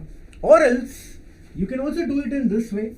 Let us say that you can also do in this way. So let us say cos inverse x can be written as pi by 2 minus sin inverse x, and you have 2 sin inverse x here. So pi by 2 minus 3 sin inverse x, and that is equal to cos inverse of 2x. Okay, cos inverse of 2x. Now let me take this to this side. So you are going to get pi by 2 minus cos inverse of 2x is equal to 3 sin inverse x. Is this clear for you? Okay, now what is pi by 2 minus cos inverse 2x, guys? That is sin inverse of 2x, and that is equal to 3 sin inverse x, which can also be written as sin inverse of 3x minus 4x cube. This is the trigonometric formula, inverse trigonometric formula, correct? Now from here, try to understand, if you apply sine on both the sides, you end up getting 2x is equal to 3x minus 4x cube, and this is simply nothing but 4x cube minus x is equal to 0, correct? So if you take x as a common, you would get 4x square minus 1 is equal to 0, and from here, what are the values of x you're going to get here, guys? X is equal to 0 is one value, 1 by 2 is another value, and minus 1 by 2 is going to be another value. So let me tell you, these are the different values of x which you are going to get. We need to figure out the sum of all the values of x. So just find the sum, and the answer is going to be 0. So is this question clear for everyone out there? So this was a question, asked in the JEE main shift number 1, and you can clearly see an inverse trigonometric question, guys. And this is the second inverse trigonometric question. From inverse trigonometry chapter, there was one question which was dead easy peasy question, and this is another question where, an inverse trigonometric function equation is given to us, and we need to solve that equation, and it's not that difficult. Like if you remember the basic formulas of inverse trigonometry, I think this question can be done. It's a doable question, everyone. Okay, so I hope this is clear for everyone out there. Okay, so apart from this one, there is also another question. Let me just write down that question to you guys. So another question that was asked is this one: the distance of the point, okay, the distance of the point 1 comma p of 1 comma 2 comma 3 from the plane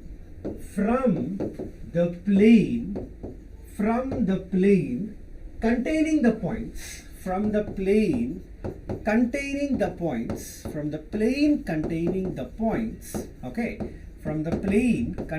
points, A of 1 comma 4 comma 5, okay, and then you have B of 2 comma 3 comma 4, 2 comma 3 comma 4, and C of 3 comma 2 comma 1. So we need to find out the distance of the point from the plane, and the plane equation is not given to us, but it is given that the plane is containing these 3 points. Now let me tell you guys, this is again a simple question, a formula based question. In 3D geometry, if you know how to find out the equation of the plane when 3 points are given to us, definitely you can find out the plane equation. And after that, how to find the distance of a point from a plane, that is also another formula. So if you know the formulas, then this is a pretty easy question, right? So let us say, if you want to find out what is going to be the equation of the plane, now whenever 3 points are given to us, how would you find the equation of the plane? Well, it is x minus x1, y minus y1, z minus z1. So let me just write it down to you: x minus x1, y minus y1, z minus z1, x2 minus x1, y2 minus y1, z2 minus z1, x3 minus x1, y3 minus y1, and z3 minus z1. You just have to take the determinant of this, equate it to 0, and from here you would end up getting the plane equation. You would simply end up getting the equation of the plane. And what is x1, y1, z1? Well, you can clearly see this is your x1, y1, z1. This is your x2, y2, and z2. And this is your x3, y3, and z3. You can take it any one, guys. You can take this to be your x1, y1, z1, this to be your x2, y2, z2. It's your wish. But you end up getting the same equation of the plane. Now, once you get the equation of the plane, all you have to do is figure out what is the distance of this point from this particular plane, for which we do have a formula, which is a times of, let us say, x dash plus b times of y dash plus c times of z dash plus d divided by under root of a square plus b square plus c square. And guys, this is how you can figure out the distance. And what is here x dash, y dash, z dash? Well, here, this one, x dash, y dash, and z dash. This is going to be your x dash, y dash, and z dash. So guys, it's a pretty simple question, right? It's a pretty simple question. All you have to do is substitute the formulas. Two formulas you have to be using here. This is the first formula through which you have to figure out the equation of the plane. And once you get to know the equation of the plane, apply this formula to get the distance. And the right answer for this particular question, guys, is going to be root 2. The answer which you have to get in this case, the right answer is going to be root 2 for this particular question. So is this clear for everyone? It's a pretty simple question. So again, I'm telling you, 3D geometry is such an important chapter. I've told you before also. Try to remember all the formulas from 3D geometry as well as vector algebra. You can clearly see that questions are being asked directly from the formula based. Okay, just apply the formula, get the solution. So definitely don't miss out these chapters, guys. Go through each and every formula. Try to remember them as much as possible. Okay, fine. Now let me go to another question. There is also one more question given to you. Now this question is basically from this vector algebra, guys. From vector algebra also, there is one question asked. Let me just write down that to you. So v dot w is given, which is 2, where this v and w are nothing but few vectors.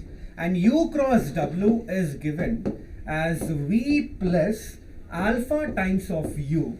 And then you have the vector u to be 2i plus 3j minus 4k, 3j minus 4k. And the vector v is simply going to be i plus 2j minus of 4k. Okay, and you have u dot w. You just have to figure out what is u dot w going to be. Now again, a vector algebra question, guys. Vector algebra, I told you, it's very important. Now in this particular case, all you can do is, observe this, guys.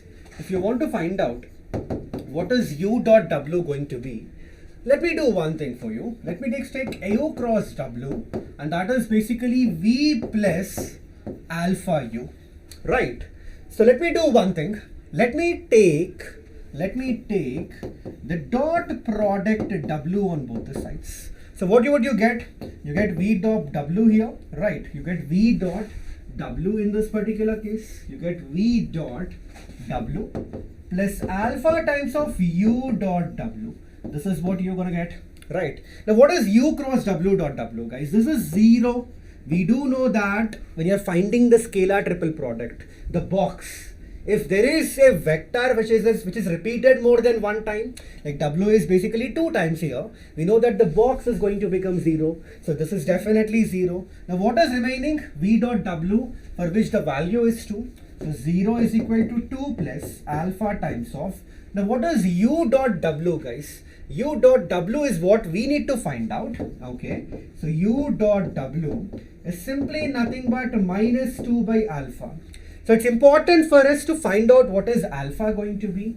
And to figure out what is alpha, all we have to do is, well, let me take this equation once again. U cross w is equal to v plus alpha times of u. Now let me do one thing, guys. Since we know the vector u and vector v, let's use this. How? Well, let me take u dot on both the sides now. Okay, so u dot u cross w, and this will be u dot v plus alpha times of u dot u is simply going to be this one. Clear? Okay, now what is u dot u cross w? Well, this is going to be simply 0. Again, the u is repeated more than one time, so box is going to become 0. So 0 is equal to, now what is u dot v? So do the dot product here, guys. It's going to be 2 plus 6 plus 16. This is what you're gonna get. 2 plus 6 plus 16. Yes, definitely. 2 2s, yes. 3 2s are 6, and yes, 16.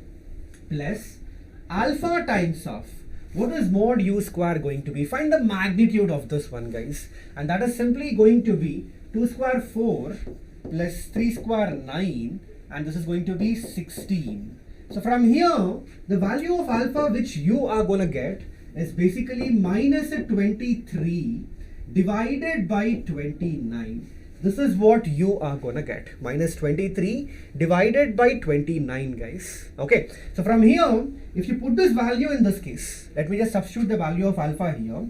U dot v is simply going to be 2 by 23, correct, into 29. This is what you are going to get, right? And simplify the value of u dot v which you are going to get. Or else just see, guys, whether we have done any calculation mistake, because the answer which we have to get is 29 by 12. That is the option given to us. So just see whether we have done any calculation mistake in this case. So if you find out u dot v, I think 2i plus 3j minus 4k, I plus 2j minus 4k is fine. So it's going to be 2 plus 6, this is fine. And this is going to be 4 and 4, and that is going to be 16. So 16 plus 6, 22. Okay, 24. I'm very sorry. This is not 23. Okay, fine. This is my bad.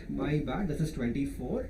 So, yep. So, if this is 24, then definitely I'm gonna get this one, guys. So, I'm basically going to get 2 by 24, and here you get it 29. So, the answer which you have to get is 29 by 12.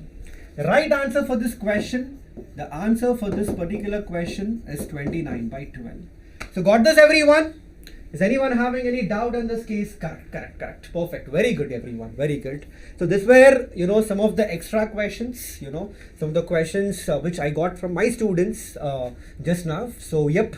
So guys, I hope you have, understood all the questions which we have done. And also let me tell you guys, the question paper for the shift 1 is, average to above average. Yeah, there were few questions which were a bit tricky. Okay, a bit complicated, but if you see, easy to average number of questions are actually more. If you see this question, agreed, a little bit tricky question, you need to know, you have to understand that, okay, with this given information, how should I be able to use it? And if you have done a good number of questions on vector algebra, I don't think you'll have any trouble in solving this type of questions. But remember, vector algebra and 3D geometry are so important chapters, such important chapters, never skip them. You will be expected, to solve such type of questions in the examination. So you might get around 3 to 4 questions from vector algebra and 3D geometry, if not more. And again, I'm telling you, vector algebra and 3D geometry go through the basic stuff, the formulas, okay? And you see how to apply the formulas. Because if you see here, guys, if you just come back to this question from 3D geometry, there were 2 questions asked in shift number 1 from 3D geometry. One was this question, which was pretty basic question. This formula, you got the answer. The another question, if you remember, was the question of shortest distance between 2 lines. Again, it was the direct formula application. So that's why I'm telling you, definitely go through the 3D geometry chapters once again. I mean, the concepts and the formulas, application of the formulas. Okay. And other than that, I think there were few dead easy questions. One was from definite integral. Mathematical reasoning question was also very, very easy. Okay. So, chalo guys, I think that's it from today's session. I hope no one has no more doubt here, guys. Is anyone having any more doubt? You can just ask me if you have any more doubts here. If you have any more doubts, I'm still available, guys. You can still, talk to me. You can have your doubts here. I hope no one is having no more doubts. I think, okay, fine. I think that's it. guys, chalo. Then thank you so much, everyone. Take care.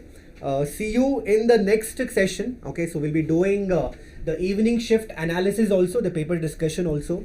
So you can attend that session also, guys. Okay, so chalo then, take care, everyone. Bye bye. See you, guys.